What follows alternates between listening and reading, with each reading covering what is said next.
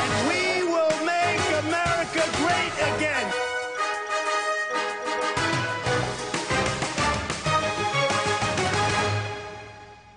Son las 6:30, una hora menos en las Islas Canarias. Sean todos muy bienvenidos a la redacción abierta en el Toro Televisión. Bueno, la idea fundamental del día de hoy en torno a los contagios y a los brotes es que se han duplicado el número de contagios. Ayer les hablábamos de un centenar largo y hoy les hablamos de 257 contagios en las últimas 24 horas, con brotes 67 brotes detectados por toda España. Los que están peor, los confinados en el Segrià, en Lérida, donde los hospitales, el hospital de Lérida, el central de la comarca, está al borde del colapso. También hay más infectados en Guipúzcoa, en Ordizia.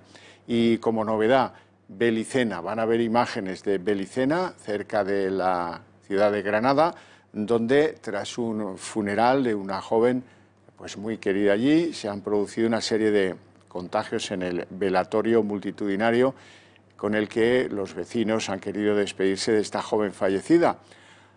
Hay contagios también en Aragón, hay un brote en Soria con 23 personas aisladas. Como les decía antes, continúan los problemas en Ordizia con 48 positivos. Se han registrado 2 muertes en las últimas 24 horas en el País Vasco. En Lugo siguen activos 166 casos y el caso Mascarillas, que ataca directamente a una cuestión competencial entre la Generalitat y el Gobierno de España. Ha habido en Cataluña 7 ingresos hospitalarios nuevos, saben que hay 8 personas en la UCI, en la zona de Segrià, en Lérida. Y bueno, aquí es donde aparece la imposición del Gobierno de Quim Torra, según la cual va a empezar a ser el día de mañana obligatoria la mascarilla. Eso y culpa a Madrid de lo que está pasando en la comarca de Segrià. Eso es la conclusión de lo que ha dicho hoy Quim Torra. L'ús obligatori de les mascaretes, sense tenir en compte el distanciament social, i entrarà en vigor demà. Per tant, les mascaretes a Catalunya seran obligatòries, no només al Segrià, a tot Catalunya. Perquè nosaltres no volem fer una gestió centralitzada de la pandèmia, no. Nosaltres volem fer la gestió més descentralitzada possible i que, per tant, ajuntaments i les autoritats de la comarca tinguin tot el suport i puguin prendre també totes les decisions. O sea, mascarillas obligatorias en toda Cataluña y la culpa de todo esto la tiene Sanidad, el Gobierno central. Esto es Salvador Illa, por cierto, también catalán. Illa explicaba hoy que si tienen que llegar a desconfinamientos en su totalidad, es decir, a medidas de confinamiento obligatorias para determinadas zonas, lo harán. Escuchamos al ministro Illa. No, és una situació de preocupació. Sabem que hi haurà brots, n'hi ha a tots els països que han aconseguit controlar la pandèmia, com és el cas del nostre país, però naturalment ho seguim amb preocupació i a diari. És absolutament essencial és detectar precoçment aquests brots i actuar amb molta contundència quan els detecten. Eso es lo que promete Illa en pleno fragor del conflicto competencial. Dicen los indepes catalanes, con Torra a la cabeza, que esto lo manejarían mejor solos, y hay críticas desde Cataluña, hay críticas hacia su gobierno por haber tardado en confinar la zona del Segrià, que pasó a efectos públicos de que no había por qué preocuparse al confinamiento de 200.000 personas en un tris, de la noche a la mañana. ¿Qué piensa la gente en Cataluña? Escuchen.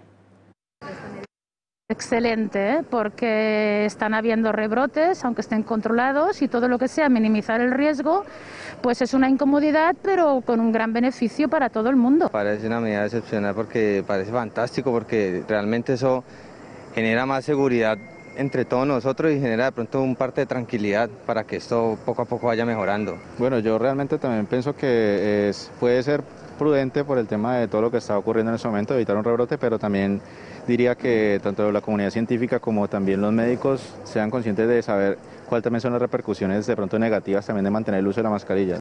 Bueno, en Cataluña hay caceroladas que promueven los CDRs, en Cataluña hay muchos partidos que piden la dimisión de la consejera de Sanidad porque ha cambiado los criterios y no ha informado a nadie. Y yo me acuerdo, no es el momento de los reproches, pero me acuerdo perfectamente de cuando la televisión pública catalana, la TV3, comparaba a Madrid con Wuhan, China, o de cuando algunos indepes escribían tweets de muy mal gusto, por cierto, en pleno efecto de la pandemia en Madrid, diciendo aquello de Madrid al hielo. Se acordarán, por el palacio aquel de hielo en el que se habilitó una morgue. Bien, a diferencia de lo que hace Cataluña, a diferencia de las imposiciones de la mascarilla, hay que loar algunas iniciativas. Por ejemplo, la del gobierno de Isabel Díaz Ayuso en Madrid, que va a empezar la semana que viene el reparto de mascarillas gratuitas en las farmacias para las personas mayores de 65 años, para que tengan esas mascarillas y para que el usarlas no suponga para ellos un problema. Así es que esa es la visión que tienen unos de cómo ayudar a la gente en un momento pues, en el que hay preocupación, y la que tienen otros, que es limitarse a la imposición y al decretar obligatorio el uso de la mascarilla sin ayudar a nadie a que se haga con ellas. Bueno, y en el mundo, ¿cómo está? Pues la cosa está interesante. ¿Por qué? Porque el presidente americano, Donald Trump, ha empezado los trámites para abandonar la OMS. La OMS, que lidera una persona, gracias al voto de China, al voto predominante en la OMS de China, y que es una persona que tiene un pasado que lo relaciona con un partido marxista-leninista. Y eso y los fallos de la OMS que aprecia la administración norteamericana llevan al gobierno de Donald Trump a iniciar los pasos para abandonar la Organización Mundial de la Salud. El presidente de Estados Unidos, Donald Trump, ha notificado ya al secretario general de Naciones Unidas y al Congreso estadounidense la salida definitiva del país norteamericano de la Organización Mundial de la Salud. Así lo han confirmado desde la ONU en un comunicado donde han precisado que la salida no se hará efectiva hasta el próximo 6 de julio de 2021. Las condiciones de su salida incluyen proporcionar el aviso con un año de antelación y cumplir completamente con el pago de sus obligaciones financieras. La ONU está en el proceso de verificar con la OMS si se cumplen todas las condiciones para dicha retirada. También desde el Senado de Estados Unidos han asegurado que Trump ha comunicado oficialmente al Congreso la salida definitiva de Estados Unidos del organismo. A finales de mayo, Trump dio por terminada la relación entre Washington y la OMS, a la que ha acusado de ser un títere de China. Trump, que ha criticado en numerosas ocasiones a la OMS por su respuesta al coronavirus y la ha acusado de estar a merced de Pekín, ya había amenazado anteriormente con congelar de forma permanente la financiación estadounidense a la organización. A continuación van a ver lo que puede ser un avance. Ojalá no, pero puede ser un avance de lo que ocurra en el futuro si algún gobierno decreta confinamientos. La gente no los acepta de buen grado. Son imágenes de Belgrado, imágenes en las que después de decretar el confinamiento tuvo que imponerse el toque de queda con innumerables incidentes en la capital de Serbia a propósito de las medidas decretadas, porque los ciudadanos no las aceptan de buen grado. Los ciudadanos critican que el confinamiento sea la vía adecuada y protagonizaron pues un montón de incidentes que al final obligaron al gobierno serbio a decretar el toque de queda en la capital. Bueno, y aviso a lo que pueda pasar, incidentes si se decretan nuevos confinamientos. La gente está ya bastante harta de la técnica del confinamiento, por lo que parece. Y noticias tenemos de Brasil, donde el presidente Bolsonaro, Jair Bolsonaro, hacía una alocución pública contando que se está tratando el positivo que dio de COVID con hidroxicloroquina y que dice que a él esto le funciona. Bem, estou tomando aqui a terceira dose da hidroxicloroquina. Estou me sentindo muito bem. Estava mais ou menos domingo, mal segunda-feira. Hoje, terça, estou muito melhor do que sábado. Então, com toda certeza, né? Está dando certo. Bueno, han visto cómo se toma la hidroxicloroquina en directo y dice que le sienta muy bien, que se siente mucho mejor desde que la ha empezado a tomar, etcétera, etcétera. La vacuna nos preocupa. Hoy el ministro Pedro Duque hablaba de cuándo va a llegar la vacuna. Pues sí, 5 de ellos ya tienen el prototipo de vacuna que llaman, se están empezando los ensayos, uno de ellos ha hecho ya ensayos preceptivos en animales y hemos encontrado que va funcionando y estamos preparando la fabricación. Me imagino que incluso a final de año, si todo va bien, podríamos empezar a tener ya dosis de estas vacunas para iniciar los ensayos clínicos en los humanos. Así que bueno, pues estamos muy esperanzados. Y la Conferencia Episcopal, su portavoz, que se apellida Argüello, ha hecho un pronunciamiento interesante en el día de hoy, y es que dicen los obispos españoles que quieren saber la verdad sobre lo que ha ocurrido en las residencias de ancianos. ¿Cómo no? Necesitamos la verdad. La verdad de lo que ha ocurrido. La verdad en que en un momento en el que el desbordamiento ha obligado a hacer, si vale esta expresión, racionamientos. Ha habido que racionar los recursos escasos.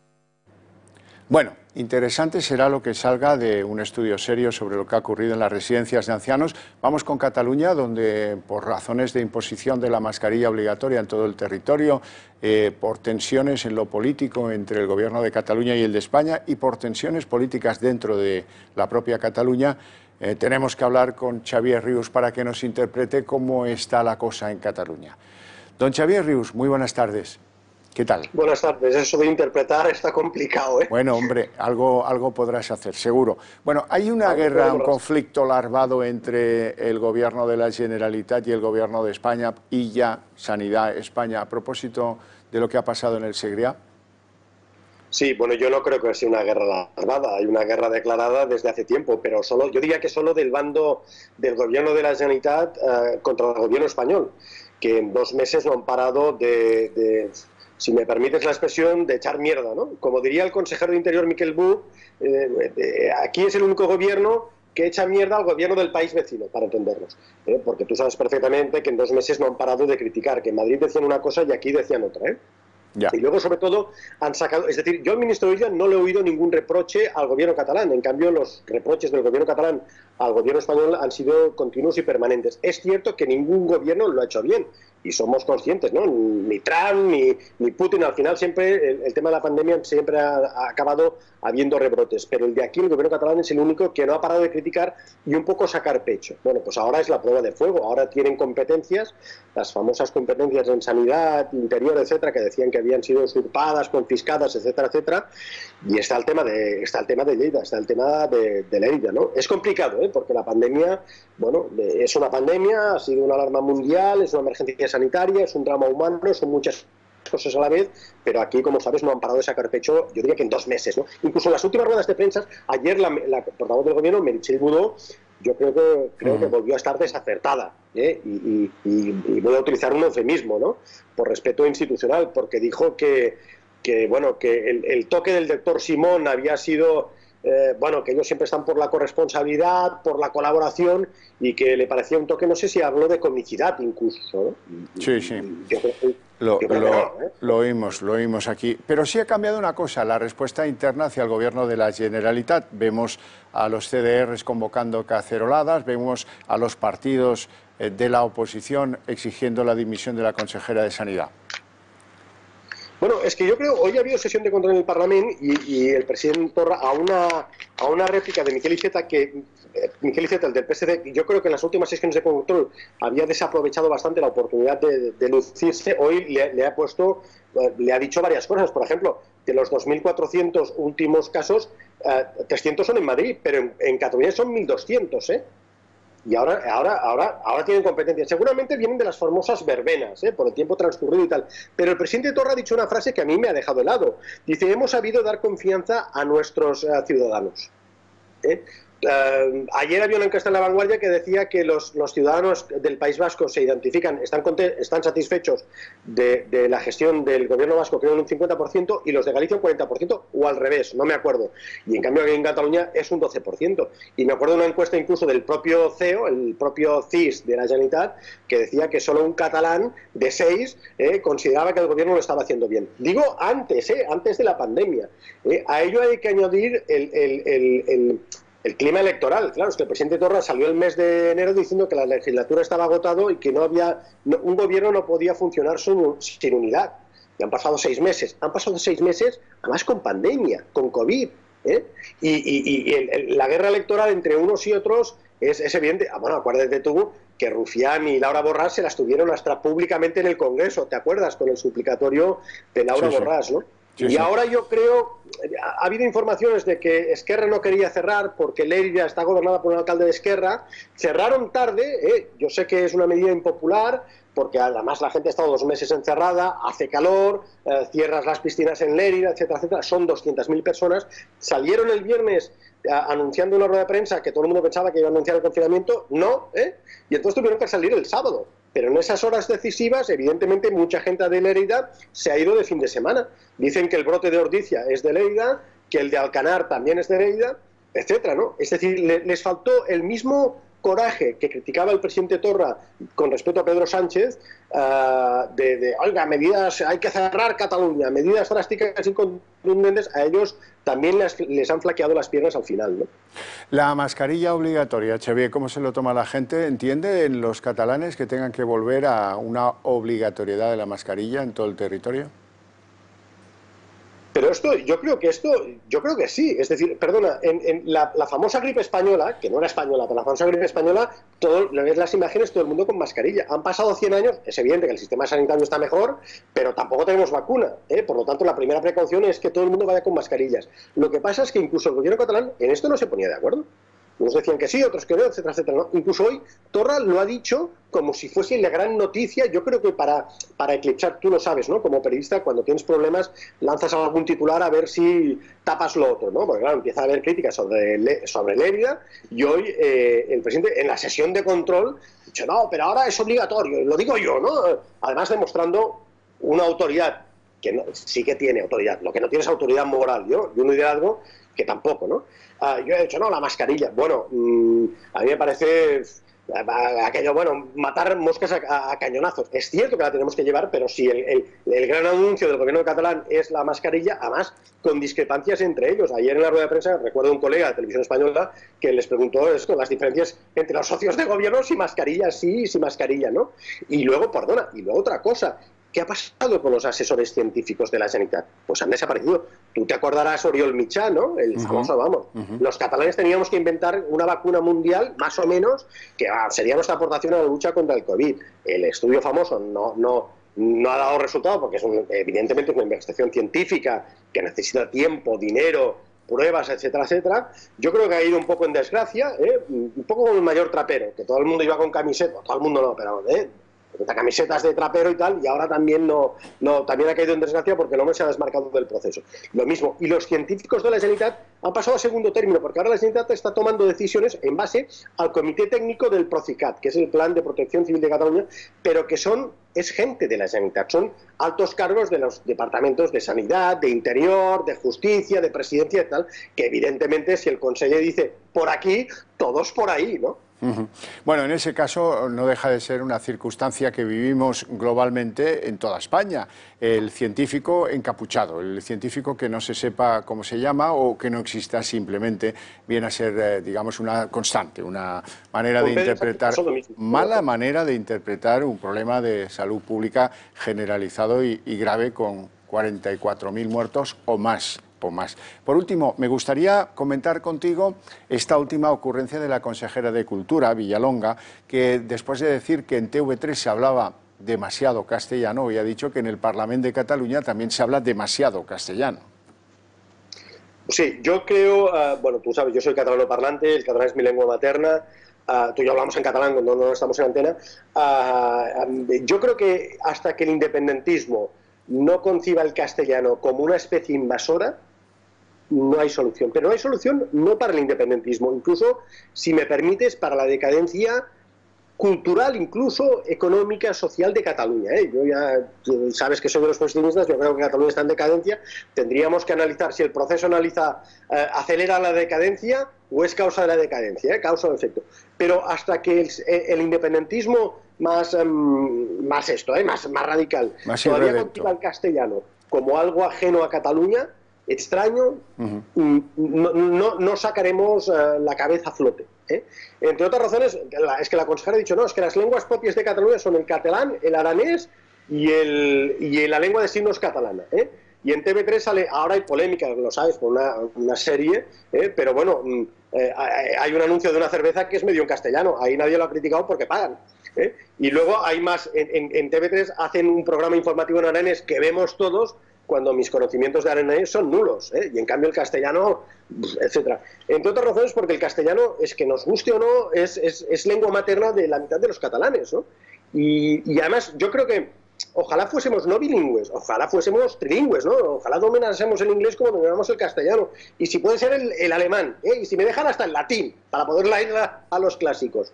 Pero esa precaución, esa siempre, que es cierto, hay un sector, incluso Laura Borràs, el manifiesto Koiné, tal, ¿no? Del castellano como invasor, ¿no? Y tal, yo creo que es contraproducente incluso para Cataluña, para el futuro de Cataluña.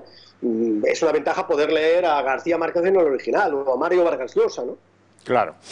Xavier Rius, un placer enorme tenerte en el programa. Te agradezco mucho tu visita por la mesa de trabajo de la Redacción Abierta. Que tengas una feliz tarde. Muchas gracias. A vosotros. Bueno, gracias. Estamos en lo político. En lo político pues sigue mandando en muchos sentidos el caso Dina y los efectos del caso Dina Busselham. Aunque nadie se pregunta, bueno, ¿y esta Dina Busselham, que sabemos que es de Tánger, en qué trabaja su padre? Sabemos que ella fue contratada por una fundación que se llama Hassan II para defender algo complejo de entender, la aportación del cine marroquí a los derechos humanos y a las conquistas de los derechos humanos, pero pagando al rey de Marruecos. Así es que yo planteo una duda. Habrá que saber para quién trabaja y de qué trabaja el padre de Dina en Tánger, en la ciudad donde ella nació, y entonces a lo mejor descubrimos que había alguna intrusión en Podemos, o que Podemos tenía pues algún cariño por parte de alguien en Marruecos. Ya veremos. En cualquier caso, hoy ha habido tres personas del gobierno que se han distanciado diametralmente de lo que decía Iglesias ayer. Ayer Iglesias hacía una especie, con esa voz engolada y tal, hacía una especie de invocación al derecho a tratar a la prensa con desprecios y con insultos. Eso, bueno, es normal, decía, entre el mundo de lo político y el mundo de la prensa, pues dedicarse insultos e improperios, y aprovechaba para señalar con el dedo a algunos de los periodistas que han sido críticos con Podemos en los últimos tiempos. Hoy la primera en desmarcarse de esa afirmación del vicepresidente, que la hizo delante de Ábalos, y Ábalos ponía una cara absolutamente descriptible, pues la primera en desmarcarse ha sido la vicepresidenta Carmen Calvo. Decía que ella, por supuesto, aplaudía la actuación de los medios de comunicación y que en modo alguno compartía lo que había dicho Iglesias el día anterior. Luego ha sido la ministra de Exteriores, Arantxa González Laya, la que dice que las críticas están bien, pero hay que invocar el respeto de unos y otros. Escuchamos a la ministra de Exteriores. A mí me parece que es enormemente importante que la expresión sea con respeto, pero francamente esto es una expresión más de deseo que de lo que veo. Entonces yo voy a seguir insistiendo en lo que desearía, que es que la libertad de expresión se haga también con respeto hacia las personas, cualquiera que sea la opinión de estas personas, como es, creo, más útil dentro del juego democrático. Que no se puede normalizar el insulto como pretendía Iglesias. La más contundente ha sido la ministra de Defensa, Margarita Robles, que decía que no compartía las críticas a los medios de comunicación que había prodigado el vicepresidente Iglesias. No comparto con Pablo Iglesias el que él justifique los insultos. Creo que en una sociedad democrática los insultos no pueden ser nunca justificables, ni en las redes ni en ninguna parte. Tenemos que construir una sociedad basada en el respeto, en la tolerancia y siempre en tender puentes. La crítica es muy sana en democracia, pero el insulto, en lo que tiene de descalificación, de destrucción de puentes, desde luego creo que no es aceptable. Y también quiero decir que los medios de comunicación son el oxígeno de la democracia y que, por tanto, yo no comparto las críticas y las descalificaciones que se puedan hacer a los medios de comunicación. El oxígeno de la democracia, los medios de comunicación. Bueno, y ya por si fuera poco, con estas tres desavenencias de los miembros del gobierno del PSOE respecto a lo dicho por Iglesias, llegó la rúbrica. Unas horas después era el propio presidente Sánchez el que se comprometía en defensa de la libertad de prensa. Este es un gobierno que defiende la libertad de prensa, Y yo mismo, a lo largo de mi trayectoria política, pues he sido objeto de de buenas valoraciones por parte de los medios de comunicación, las más de las veces negativas y otras muchas muy negativas. Y nunca he hecho ninguna valoración sobre ello. Por lo tanto, si no lo hago sobre mí, no lo voy a hacer sobre nadie más.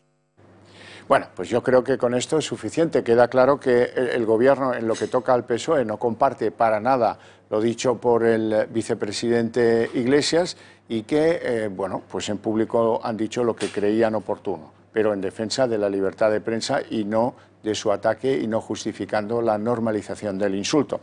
En lo que no ha estado tan fino Sánchez, y esta es una de las grandes cuestiones, de las más espinosas en el día de hoy, hablando de la Casa Real, vamos a escucharlo y luego lo interpretamos.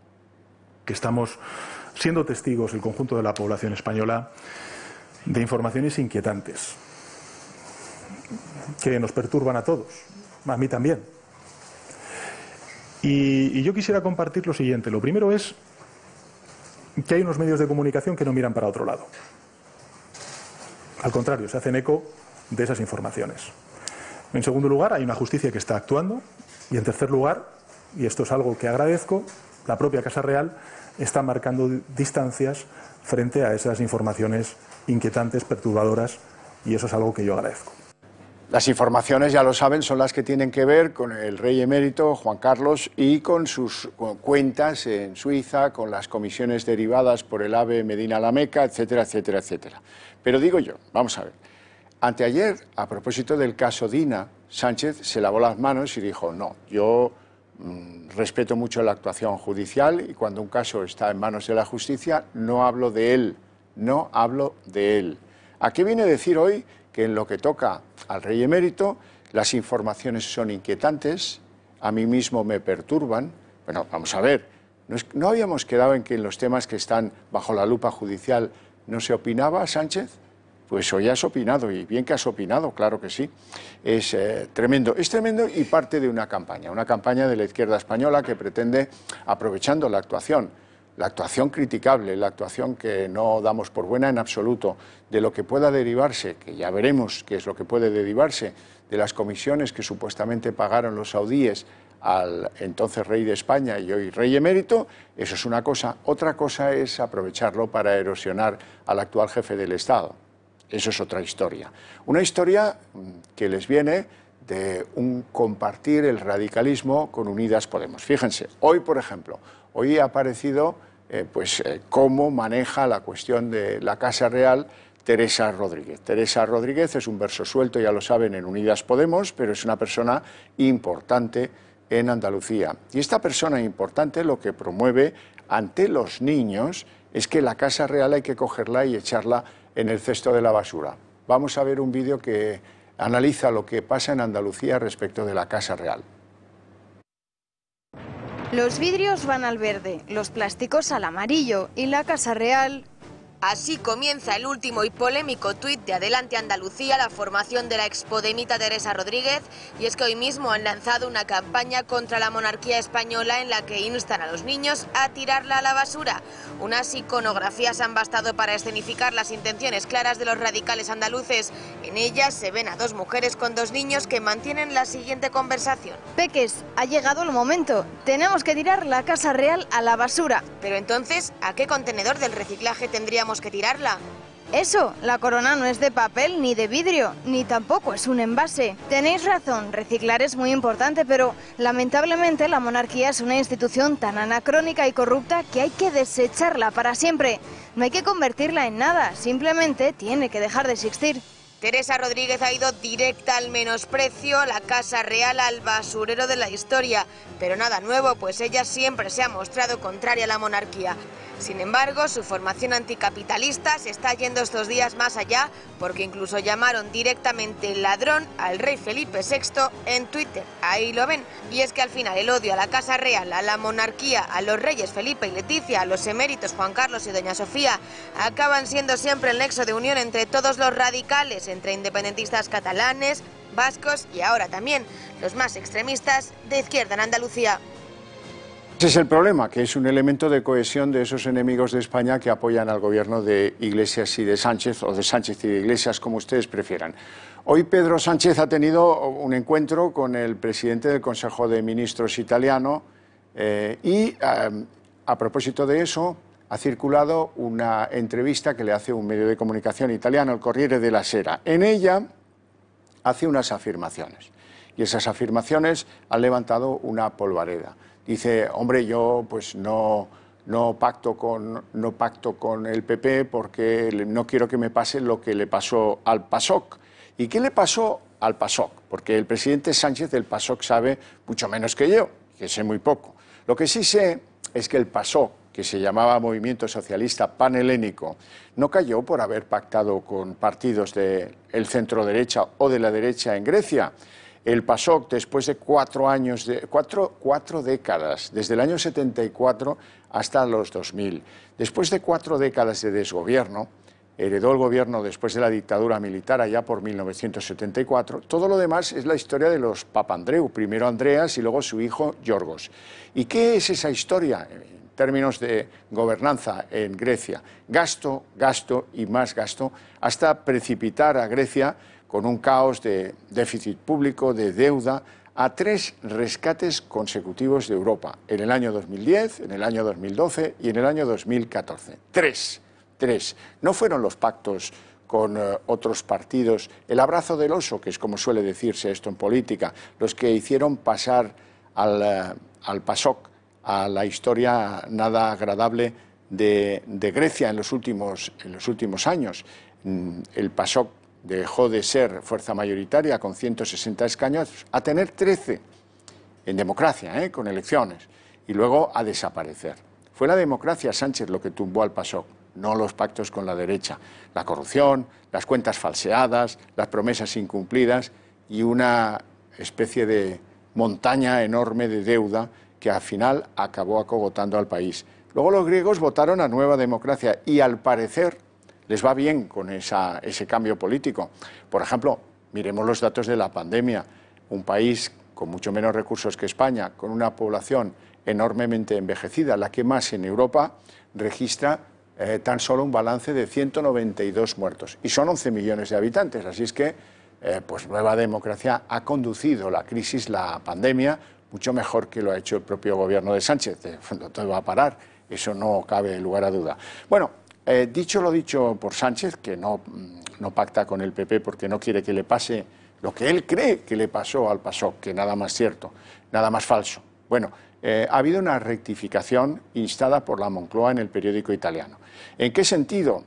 Bueno, pues que han ampliado el titular, digamos, a que de lo que habla Sánchez es de una gran coalición con el Partido Popular, que no le importa mantener acuerdos puntuales con la formación de Casado y que no se ha interpretado bien en Italia lo dicho por Sánchez. Será que no lo dijo del todo bien. En cualquier caso, el Partido Popular se siente ofendido, dice que esto demuestra, Sánchez se quita la careta, lo que no quiere nunca es el acuerdo con el Partido Popular. En fin, hay que explicar la matización, lo ha hecho también el propio Sánchez porque ha visto que se le venía encima un aluvión de críticas por parte del Partido Popular. Escuchamos a Sánchez. En relación con esta cuestión que efectivamente ha suscitado algo de polémica, que tampoco entiendo muy bien por qué en el Partido Popular. Hombre, yo estoy abierto siempre a grandes acuerdos por la reconstrucción del país. Pero cada actor político en el lugar donde le han puesto los ciudadanos con su voto. El Partido Socialista como primera fuerza política en el gobierno y el Partido Popular en la oposición.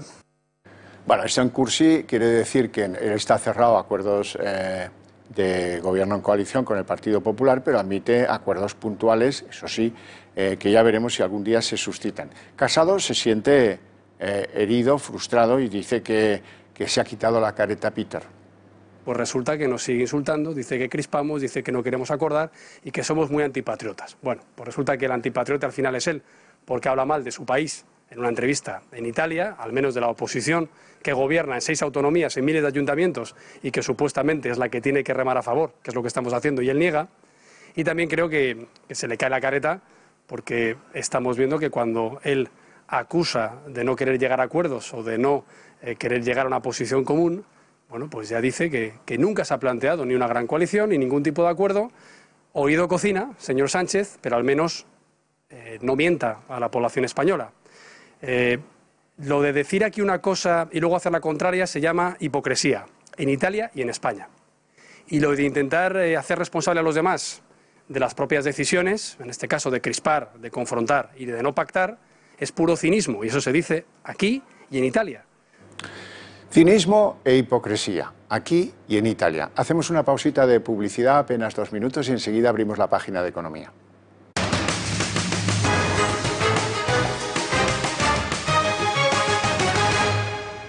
Abrimos página de economía, ya se encuentra aquí sentado conmigo don Antonio Banda, CEO de Phil Capital. Muy buenas tardes.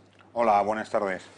Mire, lo más sorprendente de las noticias económicas para mí es el optimismo de Luis de Guindos, que dice que él, sobre la recuperación de la economía española, es muy optimista. Yo no lo entiendo, porque los datos de ayer de la OCDE, los datos de la Unión Europea, él que, en fin, que tiene un papel de privilegio para haber analizado con toda tranquilidad los datos españoles, pues no me cuadra mucho esta opinión.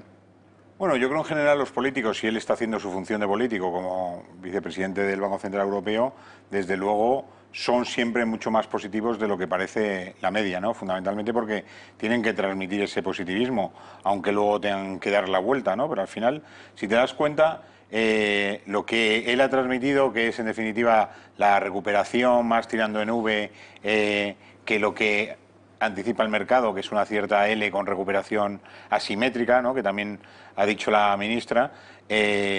Luego, en realidad, cuando sepamos qué ha pasado, siempre se suben al carro de que ya advertí yo que las cosas eran así, ¿no? Entonces, al final, están hablando más que nada para todos los otros políticos y el mercado nunca o casi nunca descuenta lo que los políticos dicen. Eso está claro.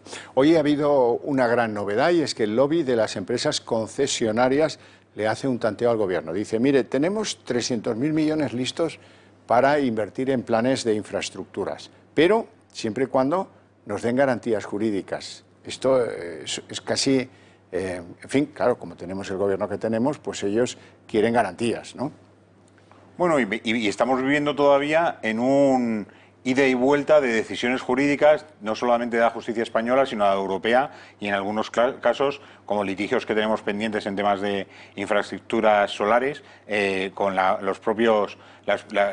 demandas que tiene el gobierno español en Estados Unidos.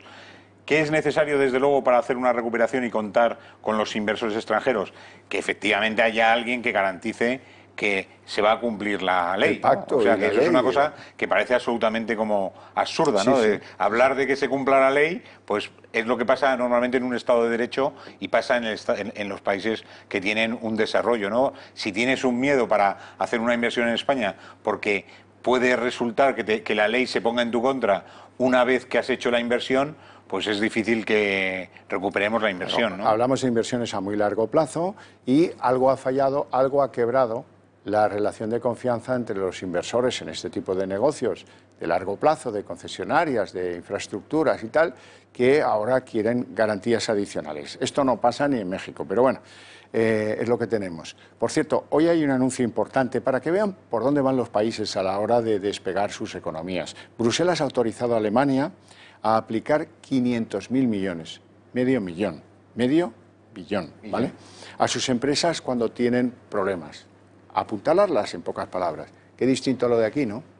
Bueno, aquí fíjate que el gobierno abrió 3 tramos de 20.000 euros para ayudas a través del ICO y parte, casi un 40% de esas ayudas todavía está sin asignar. Está distribuido, los bancos han hecho el trabajo y han buscado quién necesita ese dinero, pero lo que no tenemos es el dinero para entregar a las empresas. Entonces te han comunicado que tienes un crédito ICO concedido, pero estás esperando a que el dinero entre en la cuenta corriente porque te pueden conceder lo que quieras, pero mientras que no entre el dinero no tienes nada. No cuentas con él, Eso y por es, lo tanto no tienes esa liquidez ansiada por muchos. Y estamos hablando que el gobierno y el presidente se ha comprometido a otros 100.000 millones en las últimas 2 semanas, que está pendiente también de asignar, y desde luego a ver si tenemos recursos, ¿no? Porque lo que estamos viendo es, con esa gira que está haciendo, es que está buscando los apoyos para que al final esos 500.000 millones que hemos pedido a Europa se conviertan en algo, en dinero líquido y dinero que se pueda repartir, ¿no? Ya veremos en cuánto y en esos proyectos que hay que presentar, porque esto va a ir al final proyecto a proyecto. y no sé si vamos a saber presentar esos proyectos en tiempo y forma para que nos lo financie Europa. Hoy hay una buena noticia que afecta al sector del automóvil y es el anuncio hecho por el grupo Volkswagen sobre SEAT. Va a invertir 5.000 millones hasta el 2025 para que SEAT sea un centro de producción de motores con coches con motores eléctricos. Y eso sin duda pues, da garantías al mantenimiento de SEAT dentro de la estructura del grupo Volkswagen. Bueno, SEAT siempre había apostado por Barcelona como centro de producción, ¿no? Y que está incluso buscando dos nuevos modelos, hacer el desarrollo. Yo creo que si organizas bien, o sea, SEAT el grupo Volkswagen al final, con toda la distribución mundial que tiene y las capacidades de producción, podría haber decidido salir de Cataluña, ¿no? Pero al final, si haces una buena propuesta, tienes unos servicios que desde luego se cumplen y haces una pequeña inversión, vas a ser el centro de distribución de un determinado tipo de coche en todo el mundo, que al final es lo que hace Volkswagen con los SEAT, ¿no? Entonces yo creo que es una buena noticia para España y desde luego es una buena noticia para el sector automovilístico, que estaba sufriendo últimamente pues noticias muy negativas con los cierres y con...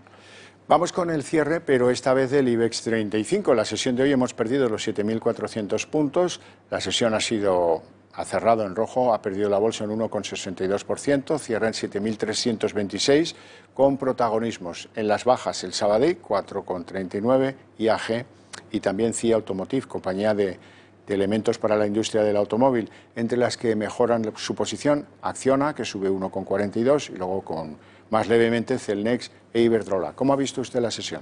Bueno, yo creo que sigue habiendo una preocupación y cierta volatilidad en el sector financiero, ¿no? Los bancos están pues todo el día en boca de los inversores viendo un poco por dónde van a ir, ¿no? La tendencia que tienen que hacer, cómo se tienen que ajustar, qué va a pasar con el sector financiero, cómo se va a reestructurar y que desde luego la salida de la crisis sanitaria para el sector va a suponer una serie de cambios importantes, ¿no? Por el lado tanto de la financiación como de la parte de inversiones, ¿no? Estamos viendo que los grandes bancos españoles están buscando ser mucho más activos en el lado financiero, es decir, en el lado de dar financiación a las empresas, a los particulares, crear hipotecas, y menos en el lado de ellos mismos sacar de balance todos los temas relacionados con fondos de inversión, fondos de pensiones, seguros, que están intentando que sea una parte que salga del balance, ¿no? Hemos visto el Sabadell, por ejemplo, cómo ha vendido su gestora. Estamos viendo cómo otros bancos se están replanteando hacer ese mismo movimiento, ¿no? O sea, que son actividades que realmente no se consideran bancarias, sino de servicios de inversión. Entonces, es un buen momento porque ahí, en toda la parte de servicios de inversión, tanto seguros como pensiones, como fondos de inversión, va a haber una gran competencia, van a entrar muchos jugadores internacionales a ocupar puestos de referencia, y lo que va a ocurrir es que cuando sucede eso es que las comisiones bajan, ¿no? Y entonces tus ingresos son menores y tus resultados también.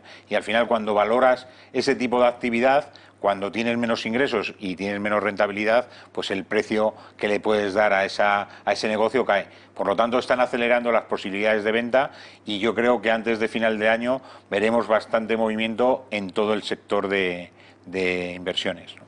Bueno, vamos con algunos movimientos en algunas de las empresas del IBEX 35. Por ejemplo, el de Goldman Sachs. Anunciamos aquí hace unos días que tenían un 3% de ACS y hoy anunciamos que tienen un 6% de la compañía de Florentino Pérez. ¿Cómo ha visto ese movimiento? Bueno, yo creo que está bien. O sea, al final lo que ocurre es que están comunicando al regulador, a la CNMV, sus posiciones obtenidas, ¿no? Cuando tienes más de un 5% tienes que comunicar la posición y luego cada vez que haces una entrada o salida tienes que comunicar ese movimiento. Yo creo que Goldman Sachs, que probablemente lo está haciendo a través de las posiciones de sus fondos de inversión y de su gestora, pues son movimientos que son más de información al regulador que de toma de posiciones en sí. O sea, que no están intentando tomar una posición de gobierno en ACS, sino que están sus fondos invirtiendo en ACS como una inversión financiera pura para obtener rentabilidad. Y luego está el caso de Farmamar, la compañía que hace productos farmacéuticos con derivados marinos. Farmamar, que dice tener un medicamento útil para el COVID y en fase, ya lo tiene en las farmacias, como quien dice, y ahora se trata de aconsejar que utilicen ese tratamiento alternativo a otros que ya se conocen más famosos en el mundo y en España. En bolsa, Farmamar está ya por encima de los 10 euros. Bueno, con Farmamar hemos tenido un poco de movimiento desde Estados Unidos complicado porque tienen una serie de demandas que están pendientes de resolverse, pero sin embargo por el lado de la vacuna están haciendo una parte bastante de comunicación, informando que hay posibilidades de lanzar una vacuna íntegramente desarrollada en España y que puede ayudar a que consigamos que nos deje de preocupar el COVID, ¿no? Pues estamos avanzando y yo creo que a medida que se vayan dando noticias vemos que tanto la economía como los mercados siguen muy pendientes de esas noticias sobre la vacuna, más que en otros casos que puede ser la evolución económica. Lo que pasa es que en Farmamar hay mucho inversor escaldado, de cuando los tiempos del John Delis, etcétera, etcétera, ¿no? Expectativas que luego no acabaron en lo que se preveía, ¿no?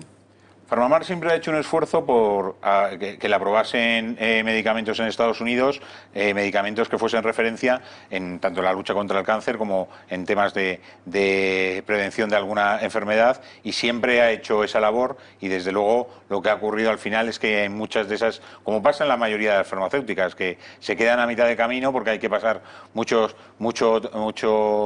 revisión regulatoria y muchas veces no la pasa, ¿no? Yo creo que con la vacuna del COVID lo que estamos viendo es que se están acelerando los plazos y que hay mucho más interés porque esa vacuna se apruebe, aunque te saltes algún paso administrativo, ¿no? Se acerca el momento en el que se juega el ser o no ser Nadia Calviño, que aspira a ser la presidenta del Eurogrupo. Y hoy la actual ministra de Exteriores, Arantxa González Laya, decía que ella no va a irse a la OMC. Así es que el Gobierno de España se juega todas sus bazas en la candidatura de Calviño porque González Laya declina intentar llegar a un puesto preeminente en la Organización Mundial del Comercio.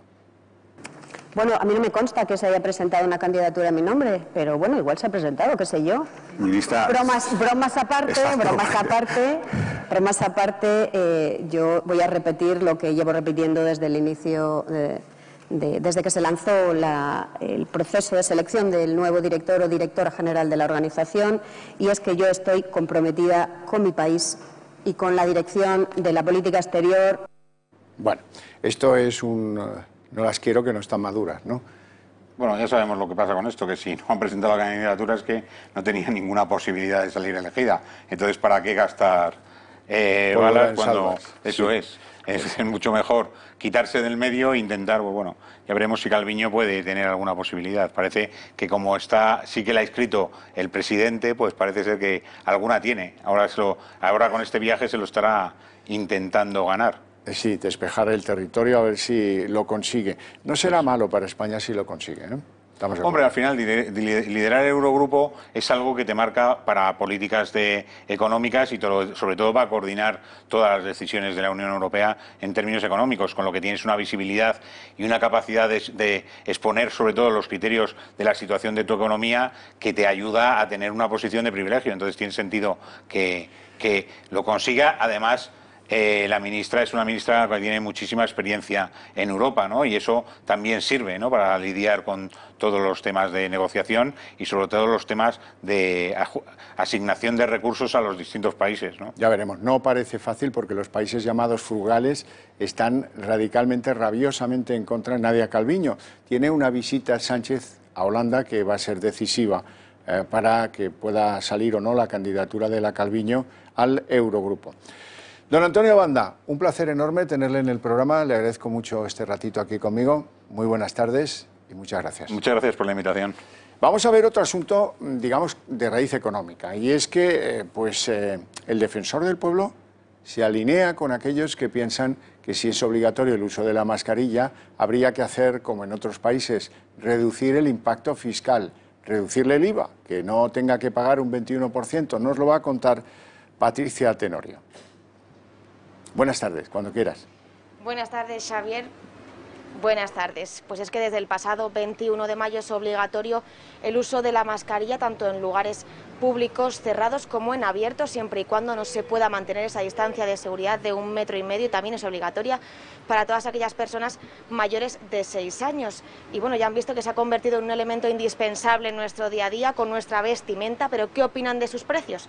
Lo van a ver en sus pantallas, y es que hay limitaciones en los precios de las mascarillas en las farmacias. Por ejemplo, las higiénicas pueden venderlas a tan solo 96 céntimos, y en cuanto a los geles hidroalcohólicos también hay restricciones de venta. Y ya que estamos en una farmacia, si me acompañan, vamos a enseñarles qué tipos de mascarillas venden en esta misma de aquí. Ahí ven que hay de todos tipos, hay FFP2, higiénicas, quirúrgicas, de colores, de diseñadores, estampadas. Son un gasto adicional para las economías domésticas, también para las familias, y por ello el Defensor del Pueblo, como bien dices, le ha pedido a Hacienda que estudie la posibilidad de reducir el IVA de estos dos productos, de las mascarillas y también de los geles hidroalcohólicos, que en estos momentos están en el 21% de IVA. Consideran que se ha convertido en unos bienes de primera necesidad como consecuencia de la pandemia del COVID para controlar esta pandemia, y según la institución debería aplicarse el tipo más bajo posible del IVA, incluso del 0%. Eso es lo que exige y pide a Hacienda el Defensor del Pueblo, Xavier. Bueno, pues esperemos que tenga suerte, porque esta es una iniciativa que han recorrido en Francia, en Alemania y en otros países europeos. Conscientes de que hoy la mascarilla forma parte de nuestras vidas, pues se plantean si es obligatorio el uso. No podemos considerarla como si se compraran artículos de lujo. Muchas gracias, Patricia. Bueno, continuamos con unas declaraciones sorprendentes de Echenique. Echenique, al que esperaba la prensa de uñas para preguntarle por el caso Dina, antes de salir huyendo, ha lanzado una especie de llamada interesante porque lo que pretende Echenique es que se les den papeles a 600.000 personas que han llegado como inmigrantes ilegales durante la pandemia y después de la pandemia. Así es que vamos a escuchar lo que ha dicho Echenique antes de salir huyendo para no responder nada sobre el caso Dina. Cuando aplaudimos desde nuestro balcón, desde nuestra ventana, al personal sanitario, a los cajeros de supermercado, a las personas que cuidan a nuestros mayores, a los transportistas o a las personas que producen nuestros alimentos en el campo, estamos aplaudiendo como sociedad a los que consideramos como héroes en la epidemia del COVID-19. Es por eso que desde Unidas Podemos, en Comú Podem, Galicia en Común, pensamos que es decente, pensamos que es justo y pensamos que es patriótico reconocer a todos esos héroes, a todos y a todas esos héroes como compatriotas, y en que puedan acceder por ello a la nacionalidad española. Bueno, en eso está Podemos, en que le den papeles a esos 600.000. En fin, no creo que le vaya a ser fácil. Y quiero que vean algo que publica hoy el ABC, para que tengan en cuenta cómo se las gasta el Gobierno. Se trata del cese del letrado mayor del Consejo de Estado por haber publicado un artículo crítico con el Gobierno precisamente en esa publicación, en el ABC. Pues ya ven ustedes cómo se las gasta el Gobierno. No les ha gustado nada y, por lo tanto, van y le cesan. Van y le cesan como no han hecho en alguna compañía pública. Es el caso de Correos. ¿Qué pasa en Correos? Ya saben que están en la transformación, pintando los buzones con la bandera del orgullo, pintando las furgonetas con sellos con el orgullo, etcétera, etcétera. En esa fase, que incluye el haber retirado la publicidad electoral de Vox y tener que ser duramente cuestionados por la Junta Electoral Central para que la hagan circular como era su obligación, pues resulta que aparece el director financiero de Correos negociando con una prostituta, regateándole 50 euros a una prostituta. Vamos a conocer esa polémica.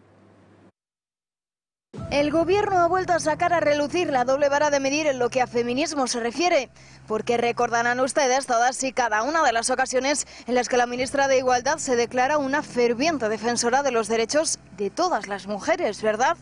Un gesto que pasa desapercibido cuando se trata de dar valoraciones al gran escándalo sexual protagonizado por el ya exdirector financiero del Grupo Correos. Hablamos de Roberto Ducay, el protagonista de esta sórdida historia con tintes sexuales.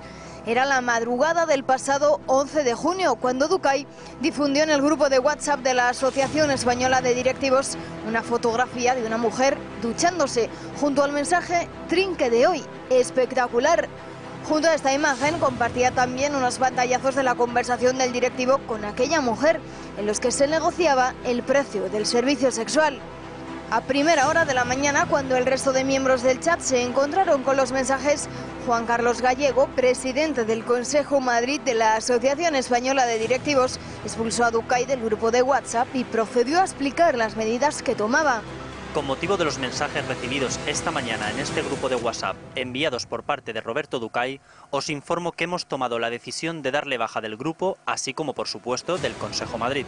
Y las reacciones no se han hecho esperar. Desde el Partido Popular reprochan al gobierno sus silencios cómplices. Ocultaron la SIM, le pone un periódico para que calle. Ocultaron el escándalo sexual de Correos, no le cesan, dimite cuando estalla la noticia. Pero son un gobierno feminista, oiga, silencios cómplices. Mientras, desde Vox reclaman explicaciones urgentes al presidente de Correos. Desde Vox reclamamos explicaciones urgentes al presidente de Correos, Juan Manuel Serrano, por el caso Ducay. ¿Por qué ocultó Correos los inaceptables comportamientos de Roberto Ducay y por qué no fue destituido inmediatamente? Pero, ¿dónde están las ministras feministas? ¿Hoy también van a guardar silencio? Hoy también van a guardar silencio porque son muy bien mandadas, y no van a hacer nada que pueda descomponer la imagen del gobierno, claro está. Les quiero recordar algo sobre la personalidad del presidente de Correos, Serrano. ¿Quién era Serrano? ¿Qué méritos tenía? ¿Que era coleccionista de sellos? ¿Cuál es la cuestión que lleva a Sánchez a nombrar a Serrano presidente de Correos? Pues no es otra que pagarle un viejo favor. ¿Qué favor? Pues sí, hombre, era el que llevaba el dinero de la candidatura de Pedro Sánchez en aquellas primarias que ganó en el Partido Socialista. Ese es el mérito, por eso se le paga con la presidencia de Correos. Anda por Correos diciendo Serrano, si con 100.000 euros conseguí que Sánchez fuera secretario general del Partido Socialista Obrero Español, que no podré conseguir yo para Sánchez en Correos con el presupuesto que tiene Correos. Una compañía que, por cierto, pidió 47 millones de euros al gobierno para poder pagar sus nóminas. ¿Por qué?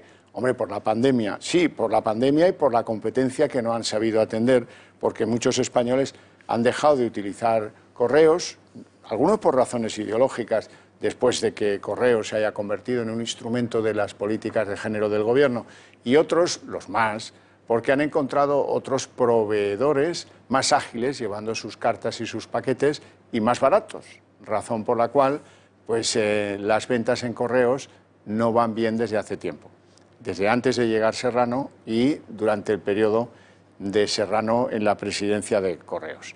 Bueno, y a partir de ahora vamos a hablar con el autor de este libro que tengo aquí, que ya me acompaña aquí, don Félix García de Pablos. Muy buenas tardes. Buenas tardes. Vamos a hablar porque la noticia del día en términos económicos ha sido un anuncio, el del lobby de las compañías que se prestan a los acuerdos de concesión con el gobierno para producir infraestructuras, para construirlas en base a un acuerdo de largo plazo o de unos peajes que les permiten recuperar lo que adelantan para que España tenga esa infraestructura, método tradicionalmente asociado a las autovías, aunque no solo las autovías, hay algunas otras cosas que también funcionan así. Quizás lo que haya llamado la atención de los españoles es que el lobby de los concesionarios, estos que caminan por los ministerios y consiguen pues que les den unos acuerdos en los cuales se han verdaderamente forrado y que cuando las cosas no funcionan, como en el caso de las radiales madrileñas, luego piden que las rescate el gobierno y nos vuelven a costar pasta a los contribuyentes, pues la cosa es que el lobby de los concesionarios hace hincapié en una cosa absolutamente insólita. Le dice al gobierno que si da garantías están de acuerdo y van a poner a ese fin 300.000 millones. Parece que esto es una negociación con el PRI mexicano. ¿Cómo lo ve? Sí, como has comentado, bueno, todo depende, es una noticia positiva ahora que es necesario la inversión, dado que vamos a llegar a un porcentaje cercano al 20% de paro, por tanto es una medida, una propuesta positiva la realización de una inversión en España, pero todo depende de cómo se articule económica y jurídicamente, ¿no? Realmente la ley de contrato del Estado para los concesionarios les otorga una serie de garantías, el equilibrio económico del contrato. Si se modifica, pues tienen derecho a ese mantenimiento de ese reequilibrio. Entonces, bueno, desde el punto de vista jurídico, yo creo que está recogido en la ley de contratos del Estado. Luego habría que ver el pliego de cláusulas administrativas particulares si realmente se garantiza sus intereses. Ah, don Félix, ahí me duele porque yo me acuerdo de un pliego del tiempo gobierno José Luis Rodríguez Zapatero para que alguien construyera un depósito de gas en Castellón. Se llamaba Castor. Y entre los compromisos de la Administración, caso que aquello no funcionara, o por cualquier causa, se dejaba firmado ya que habría un rescate por el importe de lo que invertía, en este caso ACS, que fue la constructora, y eso nos costó una pasta a todos los españoles. Exacto, sí, sí.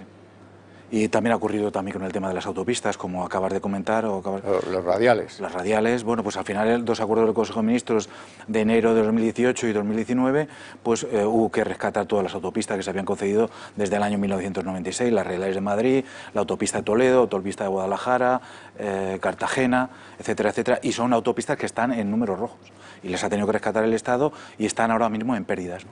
Pérdidas que se van a recaer. Así es que me temo que los españoles tenemos bastante que desconfiar de cómo se negocia con las empresas que se dedican a este mundo de las concesiones. Sí, sí, hay que tener muchísimo cuidado, por tanto, la posibilidad de una promoción económica, de una inversión, es una noticia positiva, pero hay que ver cómo se articula y qué garantías se otorga a estas concesionarias que no sean claramente abusivas, ¿no? Porque en todo el caso afectaría a los intereses generales de España. Usted tiene publicado un libro que he enseñado antes aquí, El expolio de los bienes de Segovia, en el que hace un recorrido histórico que llega a los tiempos actuales con el propósito de demostrar el daño que ha hecho a la economía de esa provincia el sistema precisamente de concesiones. Sí, bueno, he estudiado particularmente la concesión de la autopista A6, Villalba-Danero. Bueno, es una autopista que se acaba de prorrogar otra vez, ¿no? Entonces, bueno, ya está... ¿Se acaba de prorrogar por cuántos años? Ahora por 5 años, hasta el 2029. Realmente la autopista de Madrid, de Villalba a Danero había caducado en 2018, pero se sacó otra vez a concurso y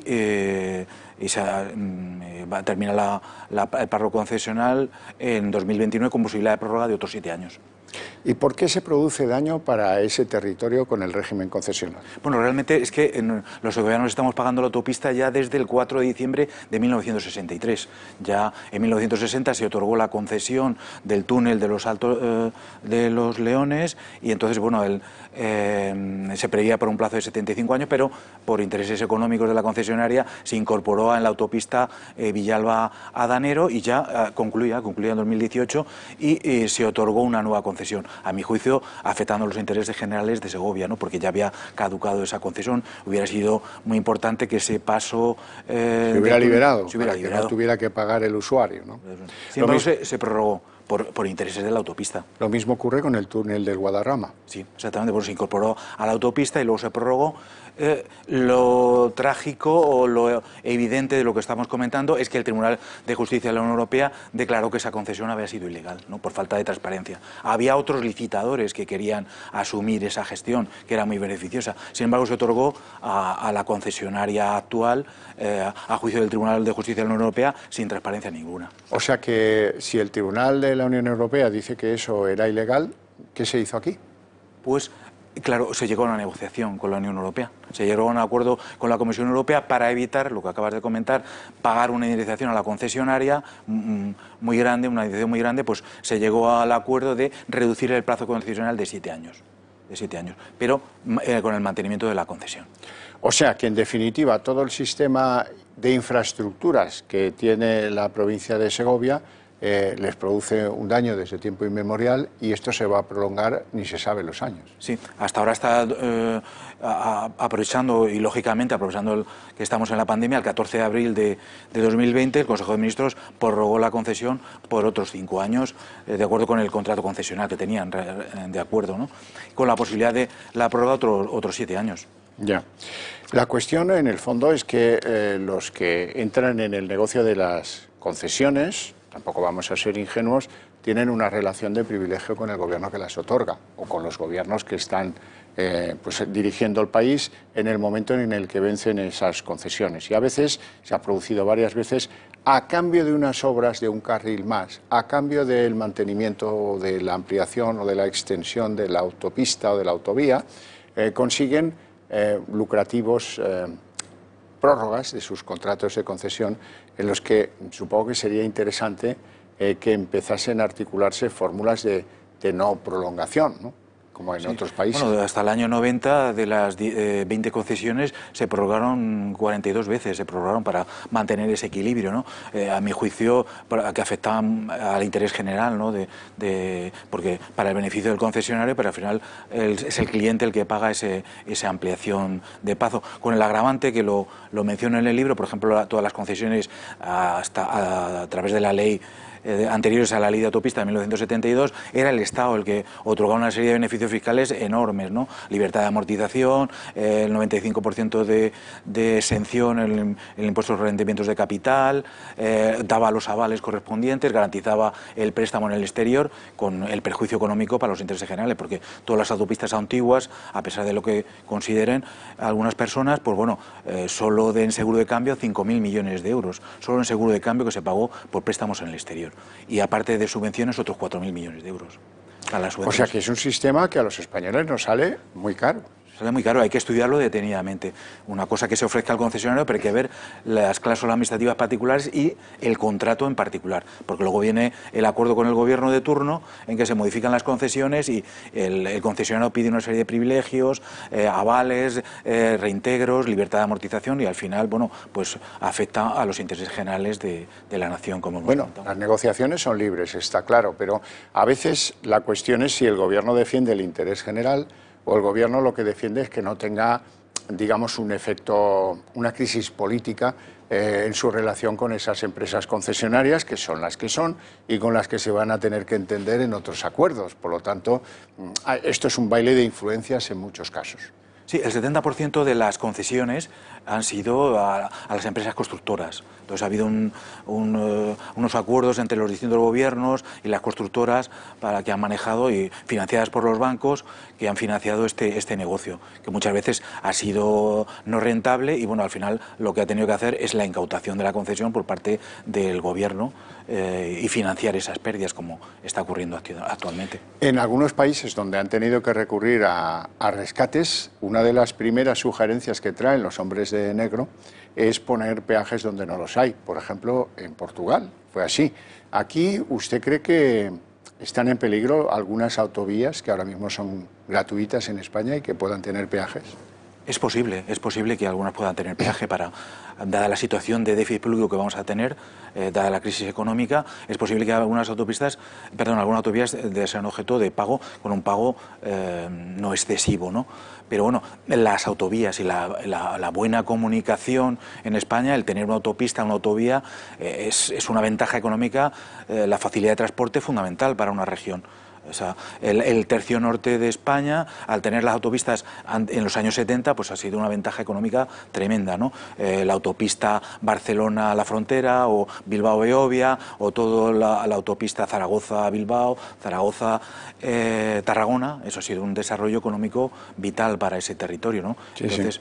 Eso no se pone en duda. La cuestión es si en algunos casos ha habido una sobreproliferación de infraestructuras. Por ejemplo, yo tuve muchas dificultades en contarle a unos amigos norteamericanos, les llevaba a Segovia en coche y les conté que había 3 maneras de llegar a Segovia, desde Madrid, que estamos hablando de muy pocos kilómetros y la verdad es que se quedaron absolutamente a cuadros de la generosidad en infraestructuras. Cuando hablo de generosidad en infraestructuras podría estar diciendo el apoyo gubernamental decidido a los que construyen esas infraestructuras, que es en lo que tenemos que incidir, ¿no? Sí, sí, sí. Bueno, realmente en Segovia llega el AVE a Segovia también, tenemos la autopista también. Y bueno, es una vía de comunicación, para nosotros es vital, ¿no? La comunicación con Madrid, que es nuestro centro de trabajo, nuestra vía de negocio, y bueno, pues una infraestructura es muy importante. Claro, ha habido un exceso, como dicen los países europeos y Estados Unidos, por ejemplo, en el tema del AVE, ¿no? Nos hemos gastado demasiado dinero, nos hemos endeudado demasiado y bueno, muchos países europeos no tienen este tipo de infraestructura, ¿no? Entonces debemos de ver la rentabilidad. Se modificó la actual ley de contrato del Estado y para permitir una concesión, ahora sí. Antes no, se han hecho muchas concesiones alegremente, sin ver. Ahora sin estudios de impacto. Sin estudios de impacto, sin estudios económicos de ver realmente la rentabilidad. Porque era el concesionario el que presentaba un plan que era ficticio, con una serie de beneficios que al final no se han cumplido. Y luego había despachos que se encargaban del asunto de las expropiaciones, ¿eh? Sí, sí. Se han forrado con esto de las expropiaciones muchos, ¿no? Sí, y muchos particulares también hemos pleiteado. El negocio estaba en pleitear hasta el final y conseguir unas indemnizaciones pues, muy suculentas, que al final algunas casi ni se han podido pagar. Claro. O sea que el negocio de las concesiones, no sé yo, me da la sensación que no nos conviene mucho. Hay que estudiarlo particularmente, ¿no? Con mucha particularidad, ver las cláusulas administrativas de los distintos contratos y ver si tiene unas ventajas económicas evidentes y muy claras y que se cumpla la ley. En el caso anterior es que no se ha cumplido la ley. No se ha cumplido la ley porque el gobierno de turno no ha planteado esos planes económicos o esas memorias justificativas económicas que justifiquen ese contrato. El ejemplo absolutamente brutal es el de los aeropuertos. Aeropuertos también. Hay un exceso de aeropuertos, hay aeropuertos que están cerrados, completamente cerrados. Algunos es verdad que han sido de iniciativa privada, pero la mayor parte de ellos no. Sí, y bueno, muchas de estas infraestructuras luego al final revierten en el Estado y tiene que asumir las pérdidas oportunas, claro. Claro, ese es el gran problema que tenemos los que somos contribuyentes fiscales y hasta el 20 y tantos de junio estamos trabajando para pagar impuestos. Sí, hasta el 20 y tantos de junio, sí. 180 días. En fin, y luego vienen sentencias de Europa que no se cumplen o que se negocian porque no se pueden cumplir. Se negocian porque no se pueden cumplir, porque si no habría que pagar una indemnización muy elevada, claro. En fin, don Félix García de Pablo, es un placer enorme tenerle en el programa y que nos traiga claridad sobre algo que, en fin, que ahora que estamos en época de necesidad de inversiones y con el paro como está, etcétera, y cómo se va a poner, porque lo peor va a llegar en octubre o en noviembre, pues, hombre, que haya actividad está bien, que los señores concesionarios se ofrezcan para atender nuevas necesidades en infraestructuras también está bien, pero si luego lo tenemos que volver a pagar en forma de reversión, porque no se ha hecho un estudio económico, porque no se ha hecho un estudio del paso que van a tener esas autopistas, por ejemplo la que mencionaba usted de la Roda hasta Cartagena, ¿no? Pues ese es un caso claro de cómo pues es una autopista que luego tuvo que ser rescatada junto al Sí, bueno, paquete. porque es que realmente el concesionario en España se le exigía una inversión muy mínima, de un 10%, entonces arriesgaban muy poquito, un 10%, si les iba mal, pues dejaban la concesión. Que luego se cobraban en beneficios fiscales y en muchas otras cosas, ¿no? Y subvenciones y anticipos no reintegrables. O sea que es un negocio ganador-ganador para el que asume la concesión, pero perdedor-perdedor para el que paga impuestos en España. Eso está claro. Está claro. Don Félix, muchas gracias por su compañía y por sus explicaciones. Gracias por la invitación. Le deseo muy buenas tardes. Nosotros nos vamos a hacer una pausita de publicidad.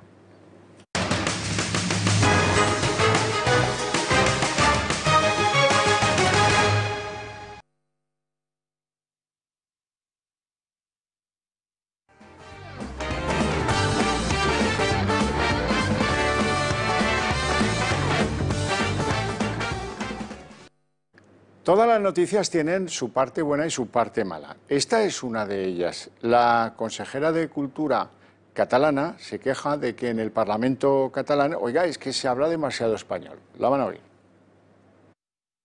I sí que trobo que en aquesta cambra s'hi parla massa castellà també, i tant, esclar que sí, perquè la llengua pròpia de Catalunya és el català, i és l'aranès occità i la llengua de signes catalana. És això, la llengua pròpia de Catalunya és el català. Esto es una inconveniencia. La Constitución dice otra cosa y dice que las lenguas propias de Cataluña son el catalán y el castellano, el español, si lo prefieren. Bueno, ¿por qué está indignada la señora Villalonga? Porque es cierto, hace 10 años, en Cataluña se hablaba en el Parlamento exclusivamente catalán. El primero que rompió esa trayectoria fue Julio Ariza, que era diputado del PP en Cataluña y que un día se decidió a dirigirse en español en esa Cámara. y le insultaron y le dijeron de todo y tal. El problema que tienen los independentistas es que han pasado muchos años, toda la época Pujol, toda la época de los referéndums del 1O, etcétera, el predominio efímero de Ciudadanos ganando las elecciones con Rivera y con Arrimadas, y resulta que hoy se habla algo de español en el Parlamento catalán, que no es más que cumplir lo que dice la Constitución. Ahora, a mí, por un lado, pues estoy en una posición en la que me alegro de ese comentario, aunque sea anticonstitucional y aunque sea absolutamente cuestionable de pe a pa, y por otro lado, pues sonrío porque mira tú por dónde resulta que se habla castellano en el Parlamento de Cataluña, y eso no puede ser malo. Eso no puede ser malo y es una gran novedad. Es una gran novedad en lo político, por lo menos. Así está esta señora de nerviosa. Me recuerda a Pujol cuando le llevaban los informes de los departamentos de educación tras la imposición educativa de la lengua catalana sobre la lengua española, y los estudios decían que sí, que los chicos estudiaban en catalán, pero que cuando salían al recreo utilizaban el español. Y eso incomodaba, y de qué manera, al viejo Jordi Pujol. Bueno, pues así sigue la cosa. Vamos a ver ahora algunas imágenes, quiero que las vean, de Almeida, del alcalde madrileño José Luis Martínez Almeida, en el momento en el que le hacen el test del COVID. El alcalde, como primer político de la administración local madrileña, ha querido pasar por lo que antes han pasado los empleados municipales. También van a ver algunas imágenes de cómo los empleados pues han pasado por ese momento test del COVID, porque ahí en el Ayuntamiento de Madrid han entendido que efectivamente el test es la única manera, que hay que pasar por ello, y que el test es el que nos va a ayudar a combatir la pandemia con mayor eficacia. Otros métodos son absolutamente patéticos, ¿no? Almeida ha contado después los resultados, los primeros resultados de esos test de COVID. Lo vamos a escuchar y van a ver esas sorprendentes informaciones o datos. Podemos decir que se estableció este centro el 25 de marzo, apenas 10 días después de la declaración del estado de alarma, y el Ayuntamiento de Madrid, gracias a la profesionalidad de todos sus empleados, fuimos la primera administración que establecimos de forma masiva y generalizada la realización de los test a todos nuestros empleados públicos. Cumplimos 80 días realizando test. No hay ninguna otra administración que lo haya conseguido con las características del Ayuntamiento, y por eso hemos podido realizar más de 30.000 pruebas, que por cierto vamos a seguir realizando, aunque en localizaciones distintas. En este caso, en San Chinarro se va a trasladar este laboratorio. Insisto, más de 30.000 pruebas, de las cuales se han dado positivo aproximadamente unas 800 personas, que representa un 3,9% de todo el segmento de personas que han sido analizados. Hay que agradecer también necesariamente la colaboración, sobre todo del laboratorio de Linía. Es decir, que del conjunto de 30.000 funcionarios municipales en Madrid hay algo menos de un 4% que han tenido signos positivos ante la pandemia. Almeida no solo se queda en eso, se queda en una posición casi de desafío, y tenemos los test que sean necesarios, o sea que van a seguir estos controles, y eso está muy bien. Pero esto no se detiene aquí. En estos momentos estamos ya preparados para, en el caso de que se pudiera producir cualquier eventualidad, de que se pudieran producir rebrotes, de que se pudiera producir una situación similar en cualquier momento, estamos preparados y tenemos la capacidad para realizar todos los test que sean absolutamente necesarios al personal del Ayuntamiento de Madrid, y por tanto para seguir garantizando el mantenimiento de los servicios esenciales, aun en las situaciones más dramáticas que podamos vivir. Bueno, pues eso, así están las cosas en el Ayuntamiento madrileño, y hoy ha habido un pronunciamiento en algo que tiene, desde mi humilde punto de vista, mucho recorrido. Va a haber una brecha que afecta al Partido Socialista Obrero Español. La brecha es Venezuela. Hay algunos ilustres socialistas, caso de Zapatero y caso de Ábalos, que se han mojado, y de qué manera, en asuntos como la defensa de Maduro. Zapatero, que dijo de Guaidó, pues que los países europeos se habían equivocado en apoyar a Guaidó y que eso pues lo tendrán que rectificar. Más o menos vino a decir eso. En el caso de Ábalos, todos recordarán cómo fue a ver a Barajas, a la vicepresidenta venezolana, y cómo la ayudó, no podía pisar suelo europeo, cómo la ayudó a hacerlo, lo pisó. Estuvo varias horas en la sala de autoridades, la famosa historia de las 40 maletas de las cuales, por cierto, pues yo no sé en qué está la oposición en este país, pero llegó la pandemia, se dejó de hablar de ellas y es uno de los asuntos pendientes. Cada vez que veo a Ábalos me acuerdo, pero no vale con que me acuerde yo, se tiene que acordar Casado, se tiene que acordar pues toda la oposición, sin excepciones, porque ahí nos debe una explicación. ¿Qué hacía Ábalos, hombre de confianza de Sánchez, con un mamporrero que tiene, que fue su escolta y su chofer y no sé qué, a las tantas de la madrugada, haciéndole el gara-gara a la vicepresidenta de Maduro con 40 maletas, que tampoco sabemos lo que llevaban, pero que eso está acreditado que fue así. En cualquier caso, ahora, ante la inminencia de elecciones en Venezuela, pues hay un argumento que va a dividir en buena medida al Partido Socialista Obrero Español. En primer lugar, quiero que escuchen a la ministra de Exteriores, que tiene el traje de la diplomacia española y que dice lo siguiente a propósito de esas elecciones.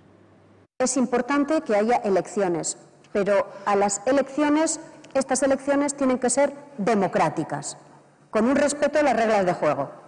Porque para ser legítimas, es decir, para que sean legítimas dentro de Venezuela y para que sean legítimas a los ojos de la comunidad internacional, necesitan ser democráticas. Luego, yo creo que es importante que haya elecciones, pero también creo que es importante que sean unas elecciones con unas garantías de participación y un respeto de las reglas de juego, que son las que se tienen que dotar los venezolanos y las venezolanas. No es que esté yo aquí sugiriendo que las reglas de participación democrática las tenga que definir España, la Unión Europea o los Estados Unidos. Lo tienen que hacer los venezolanos, pero también tiene que respetarse esas reglas de juego, porque si no va a ser muy difícil aceptar la legitimidad del resultado de estas elecciones. Y las elecciones son el medio que en democracias es el medio que se necesita y que hay que utilizar para avanzar en la búsqueda de soluciones comunes. Ya, está claro. Se le ha acabado la pila en la mitad del discurso, ¿eh? Se le ha acabado la pila y ahí ha tenido pues luego que recurrir a las frases que no dicen nada. Pero en cualquier caso, señora, vamos a ver, ¿cómo es posible? ¿Usted qué pasa, que no lee el periódico o cómo? ¿No ve los informativos, aunque sean los de Vallés? ¿No los ve? La última decisión de Maduro fue prohibir el partido de Juan Guaidó. Eso supongo que habrá llegado a oídos del Ministerio de Exteriores. Y ahora que me presume, ¿qué me está diciendo? Que las condiciones las ponga Maduro, que todavía tiene el control, no legítimo, porque la gran parte de la comunidad occidental ha validado como presidente de Venezuela a Guaidó, no a Maduro. Y ahora que me está diciendo que, hombre, que se pongan unas condiciones exportables, pero que las ponga Maduro, ¿eso es lo que me está diciendo? No sé, también es verdad, antes les he dicho que esto divide al Partido Socialista no en dos, sino en tres. Los que no saben si soplan o sorben también forman parte de la división, la tercera pata. Esta señora, la ministra de Asuntos Exteriores, debe estar en esa tercera pata que no sabe si sube, baja o contrarrelojea, no lo sé. Pero este va a ser un asunto interesante, un asunto que va a plantear problemas serios al gobierno, así que reaccione la oposición en España y así que se fuerce la investigación de qué hacía Ábalos protegiendo a esa señora que no puede poner un pie en Europa en sus viajes en unos aviones cargados de maletas que pasan por territorio español y que nadie en España quiere saber nada del contenido de esas maletas y de qué es lo que está pasando. ¿Por qué lo digo? Hombre, lo digo porque hay un asunto que está en manos de la justicia española, esa de la cual dice el presidente del gobierno que cuando algo está en fase de investigación no quiere opinar, que pone las peras al cuarto al Partido Socialista. Comisiones de la petrolera venezolana PDVSA, pagadas a través del que fue embajador de España en Venezuela, un ilustre socialista de los tiempos del PSP de Tierno Galván, Raúl Morodo, y su hijo. Bueno, ellos fueron detenidos. ¿Por qué fueron detenidos? Porque tenían unas cuentas en paraísos fiscales que recibían dinero de la petrolera venezolana, en forma de comisiones, por valor de 46 millones de euros, y que no han sabido justificar en el territorio judicial, con algunas, bueno, pues con algunas interesantes aportaciones adicionales, como por ejemplo, residía en España uno de los pagadores de esas comisiones, que tenía pues una especie de acuerdo con la justicia española, iba a ir a cantar, en pocas palabras, ante el juez de la Audiencia Nacional que maneja el caso. Y este hombre apareció aparentemente suicidado en unas dependencias, un despacho que tenía en Alcobendas, aquí en Madrid. Y ese es uno de los asuntos que también hay que aclarar dentro de qué ha pasado aquí en la relación antigua de los tiempos de Zapatero, a través de Raúl Morodo y con la compañía petrolera venezolana PDVSA. Hoy arruinada, hoy tienen los venezolanos que comprar petróleo en Irán.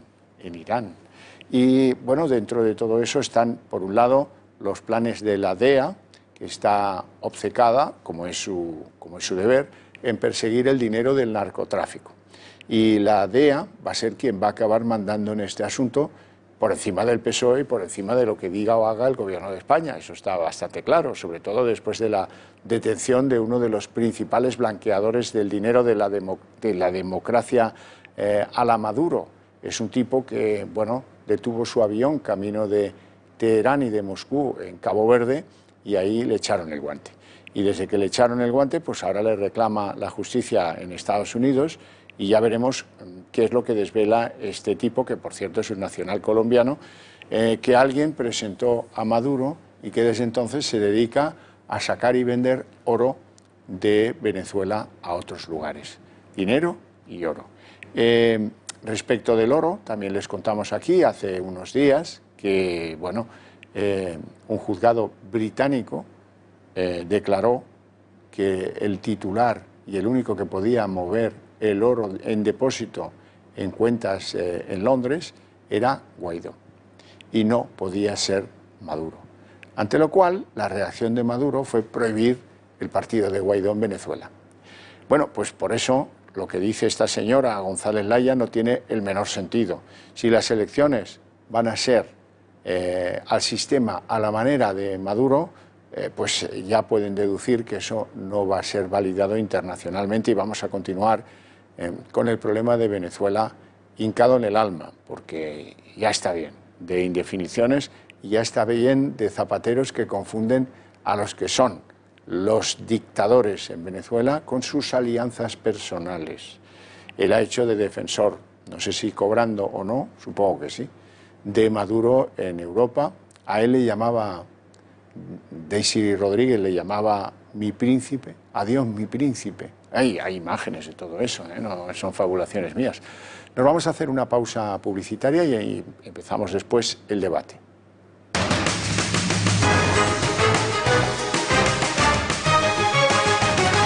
Ya están hoy nuestros compañeros de debate. A mi derecha, don Daniel Rodríguez Ascensión. Muy buenas tardes. Buenas tardes. ¿Todo Daniel. bien por ahora? Todo muy bien, deseando comentar aquí la jugada. A mi izquierda, don David Gómez, abogado. Muy buenas tardes. Muy buenas tardes. Bienvenido. Bien hallado de Bueno, nuevo. empezamos por una cosa inusual, que es un comentario a partir de una cosa que publica el Boletín Oficial del Estado, que aquí usamos las fuentes rigurosamente FETEN, que van a ver en sus pantallas este BOE. Es un BOE aparentemente neutro, una decisión administrativa de la Universidad Complutense de Madrid, de sus rectores. El rector se llama Joaquín Goyache y lo que viene a poner en marcha es un máster universitario en estudios LGBTIQ+, o más, como quieran. Tengo que aclararles qué demonios es esto. Ya se lo imaginan, pero es que, bueno, hay que explicarlo porque como tiene esto tantas letras, pues a lo mejor no. LGBTIQ, mal el signo de sumar, o sea, más, plus, como quieran, quiere decir lesbianas, gays, bisexuales, transexuales y queer. ¿Y qué demonios es eso de queer? Lo otro más o menos ya saben, pero lo de queer, ¿qué es? Bueno, pues ahí hay que ilustrarse para podérselo explicar. Los queer son una corriente de ideas de género muy criticada por las feministas y muy criticada por algunos sectores de los propios incorporados a esa lista, porque ellos dicen que la identidad sexual no está inscrita en la biología, sino que las construye pues la corriente de lo social en una determinada sociedad. Y yo lo que les planteo a ustedes, porque aquí el señor rector lo hace como debe ser en el BOE, amparándose en lo dispuesto en unos artículos de unas leyes orgánicas, la de universidades y otra, amparándose para desarrollar ese máster en esos estudios trascendentales de LGBTIQ+, que es lo que más necesita la Universidad Complutense. La Universidad Complutense es la más amplia de España. Es una universidad pública que es la que tiene más alumnos de España. De ahí que a mí me interese que es por dónde va la deriva de la Universidad Complutense y otras. El problema no es la Complutense, no, que siempre ha tenido algunos problemillas, pero no es en este caso. La cuestión que yo les planteo es si es legítimo que las leyes orgánicas de un país, el nuestro, impulsen, no digo que protejan, que es otra cosa, sino que impulsen determinadas culturas, en este caso la de género y la de los estudios universitarios en materia de LGBTIQ+. Daniel. Bueno, pues para responder a tu pregunta, nada como acudir a un ejemplo muy cercano que seguro que muchos de nuestros espectadores conocen. ¿Qué ocurriría si la Universidad Complutense o cualquier universidad de España hiciera unos estudios universitarios en la religión católica? Pagados con recursos públicos y muy orientados a la religión católica, ¿no? Pues probablemente los que están impulsando estos estudios y los que digan que hay que ser diversos y un larguísimo etcétera, pues se echarían a las calles y rodearían el Congreso por lo menos. ¿Qué quiero decir esto? Que la doble vara de medir de la izquierda, y desafortunadamente de la izquierda que gobierna nuestro país actualmente, es muy importante.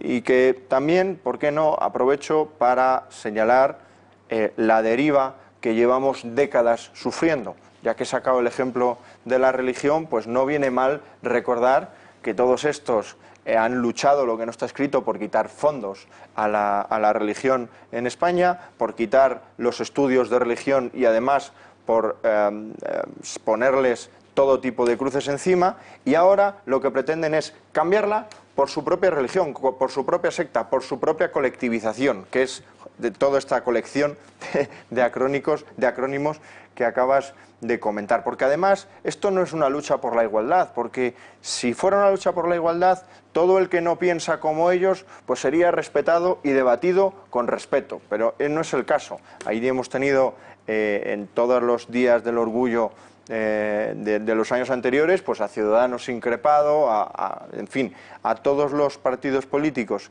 que no piensan como ellos, increpados y expulsados de su secta. Eso por un lado. Y por otro lado, luego espero que nadie se extrañe de ver a universitarios o gente joven en la televisión diciendo yo tengo un título universitario y no tengo empleo, porque la única salida que tiene esa formación es el sector público o un organismo que esté regado por recursos públicos. Una cosa de este tipo. Entonces, claro, luego tenemos a España con la mayor tasa de paro de toda Europa y un país con un paro juvenil del 30%, también el mayor de toda Europa, y si esta es la solución, muy difícil. Pues creo que la Universidad Complutense tiene problemas mucho más serios de calado y de profundidad que atender antes que estas cuestiones, y más en el momento en el que nos encontramos actualmente, ¿no?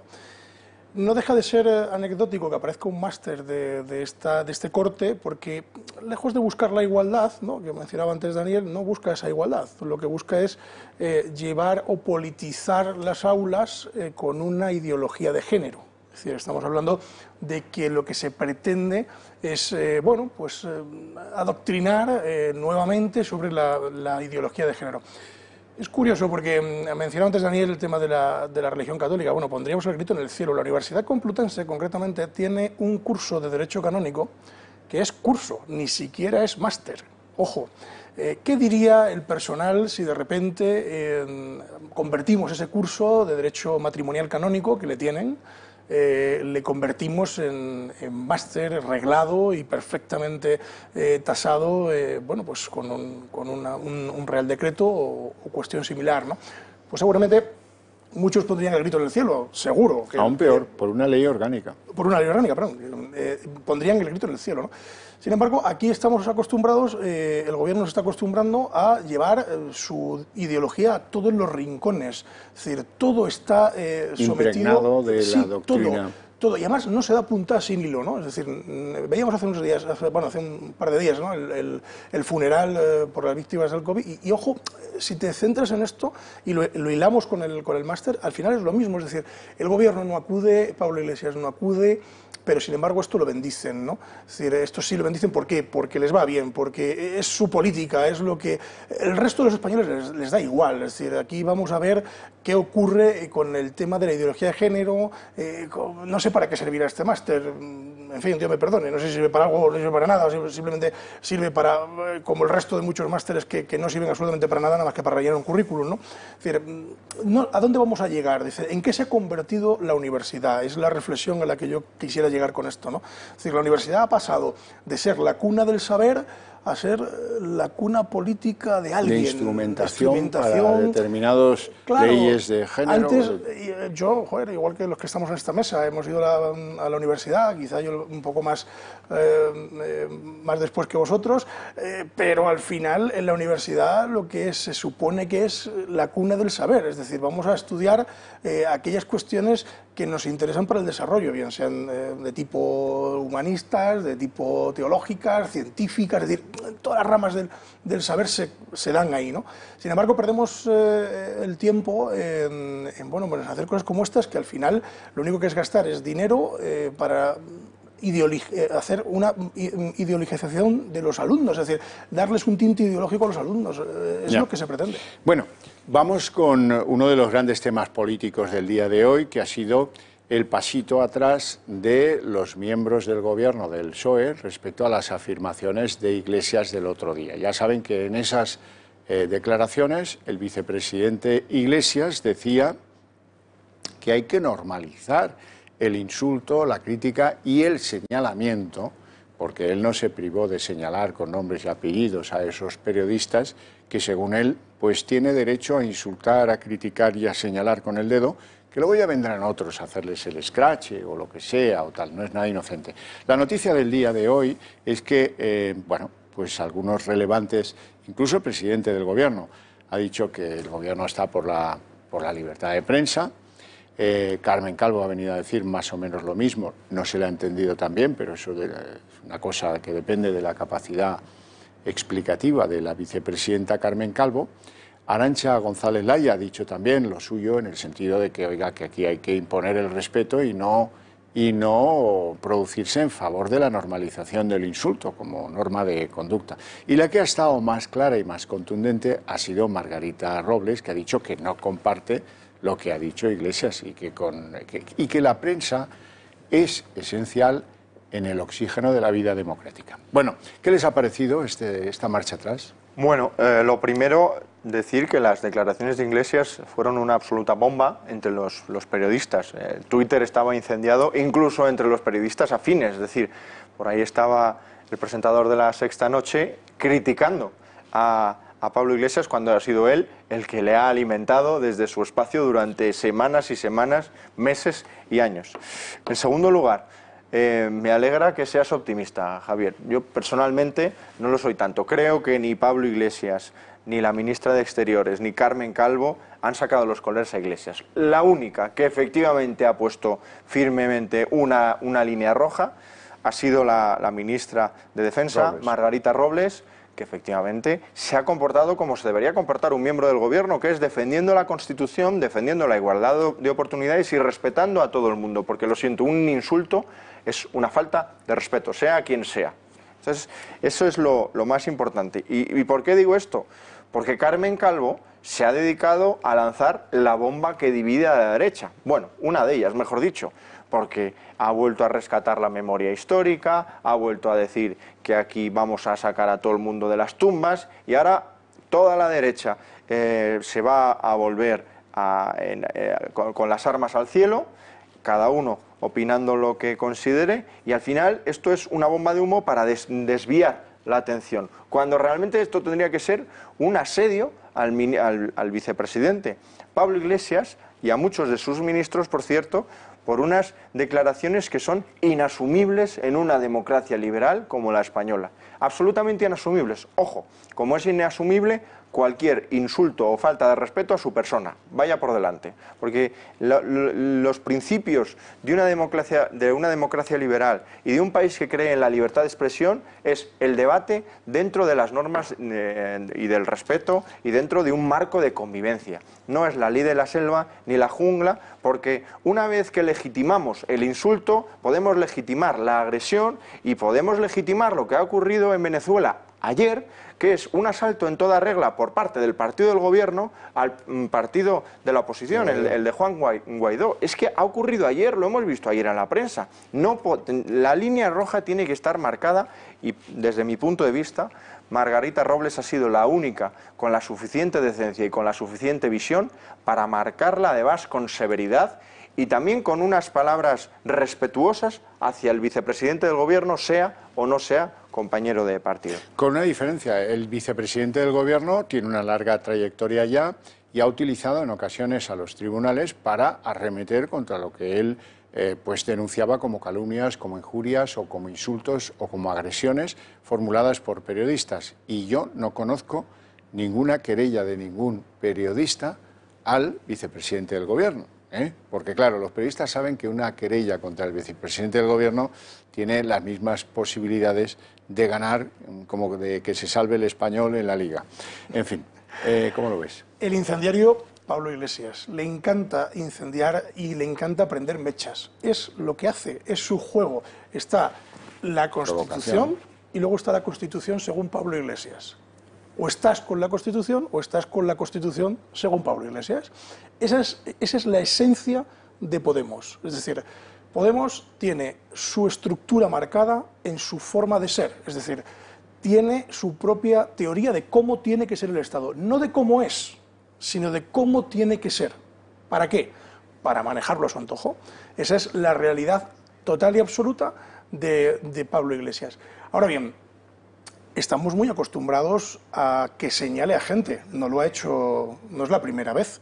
Ya señaló a Vox, PP, etcétera, etcétera, cuando dijo de los scratches, ¿no? Decir, oye, pues mañana irán a tu casa. Está súper acostumbrado a hacerle esto. Lo bueno, creo que para suerte de todos, es que sus bases ya no le hacen tanto caso. Es la sensación que a mí me da, ¿no? Porque esto en otro momento del partido hubiera sido el señalamiento total para al día siguiente tener scratches en otro sitio o al día siguiente salir en tromba a meterse con periodistas o con comunicadores, ¿no? Con lo cual, yo creo que tenemos que empezar a ponerle distancia a Pablo Iglesias. Es decir, Pablo Iglesias ya se ha convertido en un burgués. Es un auténtico burgués, es un comunista burguesado que se ha quitado la careta. Entonces, no le gusta que le critiquen, pero sin embargo, él, desde la portavocía del gobierno, sí se permite el lujo de atacar a periodistas, de señalarlos, y además lo hace dándonos como lecciones. Parece como que, mire, ustedes son tontos y aquí el profesor soy yo. Entonces, lo da como una forma de... Es una forma de hablar paternal, que además, dentro de esa paternalidad que él usa hablando, lo que nos transmite es un rencor absoluto. Es decir, diciendo, no, mire, es que ustedes no me entienden, los confundidos son ustedes, por eso les señalo. Esa es la forma de trabajar del vicepresidente del gobierno. Bueno, hay otro asunto que también está en una fase de ebullición tremenda, sobre todo hoy hemos visto a Teresa Rodríguez en Andalucía, que es la campaña contra la corona. Les quiero recordar lo que ha dicho el presidente del gobierno, porque a mí me parece que entraña enorme gravedad. Un tío que nos dice hace 2 días que él no habla del caso Dina porque como está en los juzgados, que él no quiere entrometerse, que él deja hacer, que él cree en la independencia de los trabajos de la justicia. En cambio, hoy, y en el marco menos apropiado posible, que era el de la visita del presidente del Consejo de Ministros italiano, lanza pues una cosa que es de interpretar cuando menos. Recordemos lo que ha dicho Sánchez.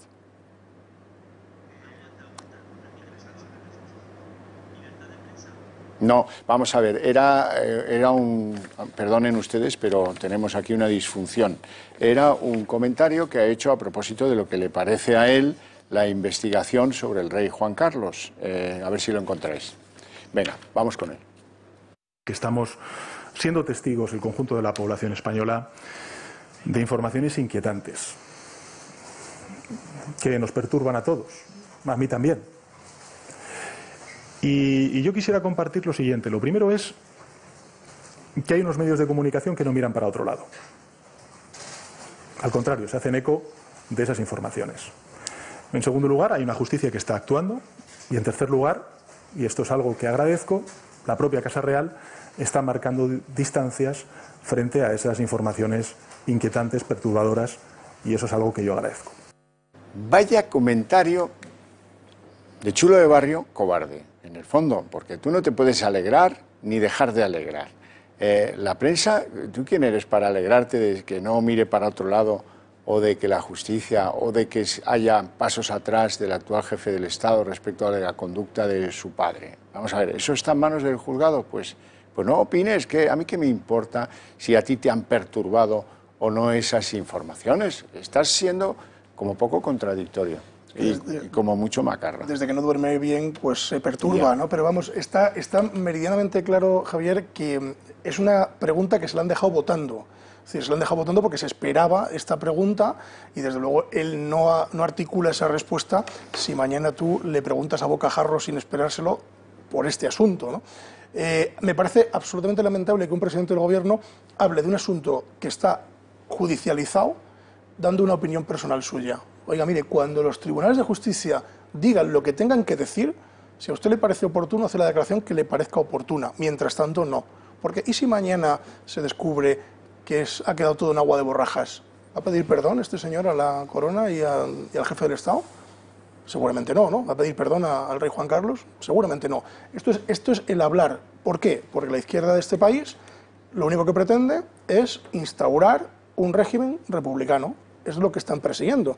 Entonces, le va bien que el rey Juan Carlos le azoten, le va bien. Y oiga, mire, usted no se da cuenta que es presidente del Reino de España, que hay una jefatura presidida por un rey. Y por lo tanto tiene usted que respetarla. Y sobre todo, respete usted la labor de la justicia. Después hable lo que quiera. Daniel. Sí, coincido plenamente con David. Yo creo que esto forma parte del plan de nuestro gobierno para destruir las instituciones de la democracia liberal en España, concretamente la monarquía, pero otras muchas, e instaurar un nuevo régimen. Él lo llama republicano, yo creo que tiene más visos de ser totalitario, pero es mi opinión.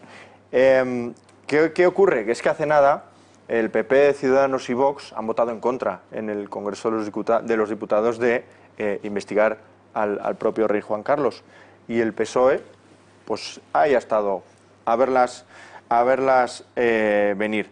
A mí me hubiera gustado ver a nuestro presidente hablar con esta alegría cuando hemos sabido que el fiscal del caso de Dina y Podemos no actuó con la suficiente profesionalidad, por decirlo suavemente, y pasó información comprometida. Me hubiera gustado saber su opinión también, y no la he sabido.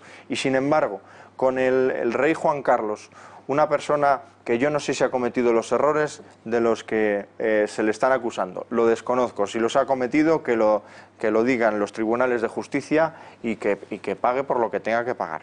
Pero a día de hoy nadie sabe si los ha cometido. Pero lo que sí que sabemos es que ha hecho mucho bien por España, que es uno de los protagonistas de la transición. Ese es el enemigo central. Efectivamente, la transición. Y todos van a por él, y no puede ser... No solo es el enemigo, Daniel, sino que es la argamasa de todos los pactos que han encumbrado a este gobierno. Si hay algo que compartan, Bildu, Esquerra, Junts per Cat, Unidas Podemos y el PSOE, es su rechazo absoluto a la transición y a las figuras fundamentales de la transición. Pero es que este gobierno, ya lo hemos comentado muchas veces, vive en el caos. Su hábitat natural es el caos, la destrucción.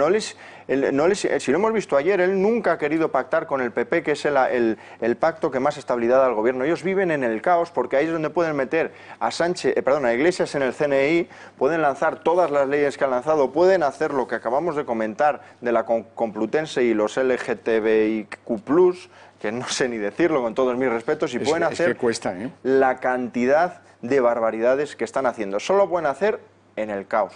Y son perfectos para construirlo y moverse en él. David. Bueno, ese caos del que hablas, fíjate si nos han engañado los españoles, bueno, algunos, no todos, hablando de los pactos con el Partido Popular. Como bien tú has dicho, hoy ya se ha quitado la careta, el señor presidente del Gobierno ha dicho, no, mira, que yo no tengo intención de pactar con el Partido Popular. Entonces, ¿por qué nos está usted vendiendo que el Partido Popular se niega a pactar con usted permanentemente? Bueno, pues porque esto es el juego de la confrontación, es el juego de la confrontación y el despiste. Es decir, sale el presidente y le dice, señor Casado, usted no quiere pactar conmigo. Y no es cierto, cuando el señor Casado le ha ofrecido varias veces un montón de pactos y de soluciones a lo largo de todo este estado de alarma y de esta pandemia, sin embargo, nos venden justo lo contrario. Ese es el caos del que tú hablas y ese es el caos que transmiten a la sociedad haciendo ver que Pablo Casado no hace nada, que la derecha no hace nada, que no quiere pactar y que en vez de pactar lo que quieren es ir en contra, ¿no? Cuando no es cierto, es que hasta la Comunidad de Madrid o en el Ayuntamiento de Madrid ha habido pactos sin ningún problema con todos los partidos y sin embargo a nivel de gobierno no ha existido esto. Entonces, ¿por qué? Porque no les interesa. No les interesa lo más mínimo, es una estrategia política pura y dura. Es decir, ¿para qué? Para hacer ver que la derecha es mala, malísima, que el centro derecha es malo, malísimo, y ellos no. Señores, les agradezco mucho su presencia en el programa. Llegamos al punto final, no sin antes recordarles lo importante de una llamada, una simple llamada al Club de Amigos de Intereconomía. Ahí tienen el teléfono, úsenlo, porque nosotros hemos sabido estar aquí en los momentos de dificultad, en la pandemia, criticando las mentiras, defendiendo sus libertades, con independencia, en absoluta libertad, que han oído opiniones de todo tipo, y eso es la mejor garantía que tienen para apostar en que su libertad no va a verse cercenada como algunos otros pretenden. Muy buenas tardes, les espero mañana a las 6:30 aquí como un clavo. Muchas gracias.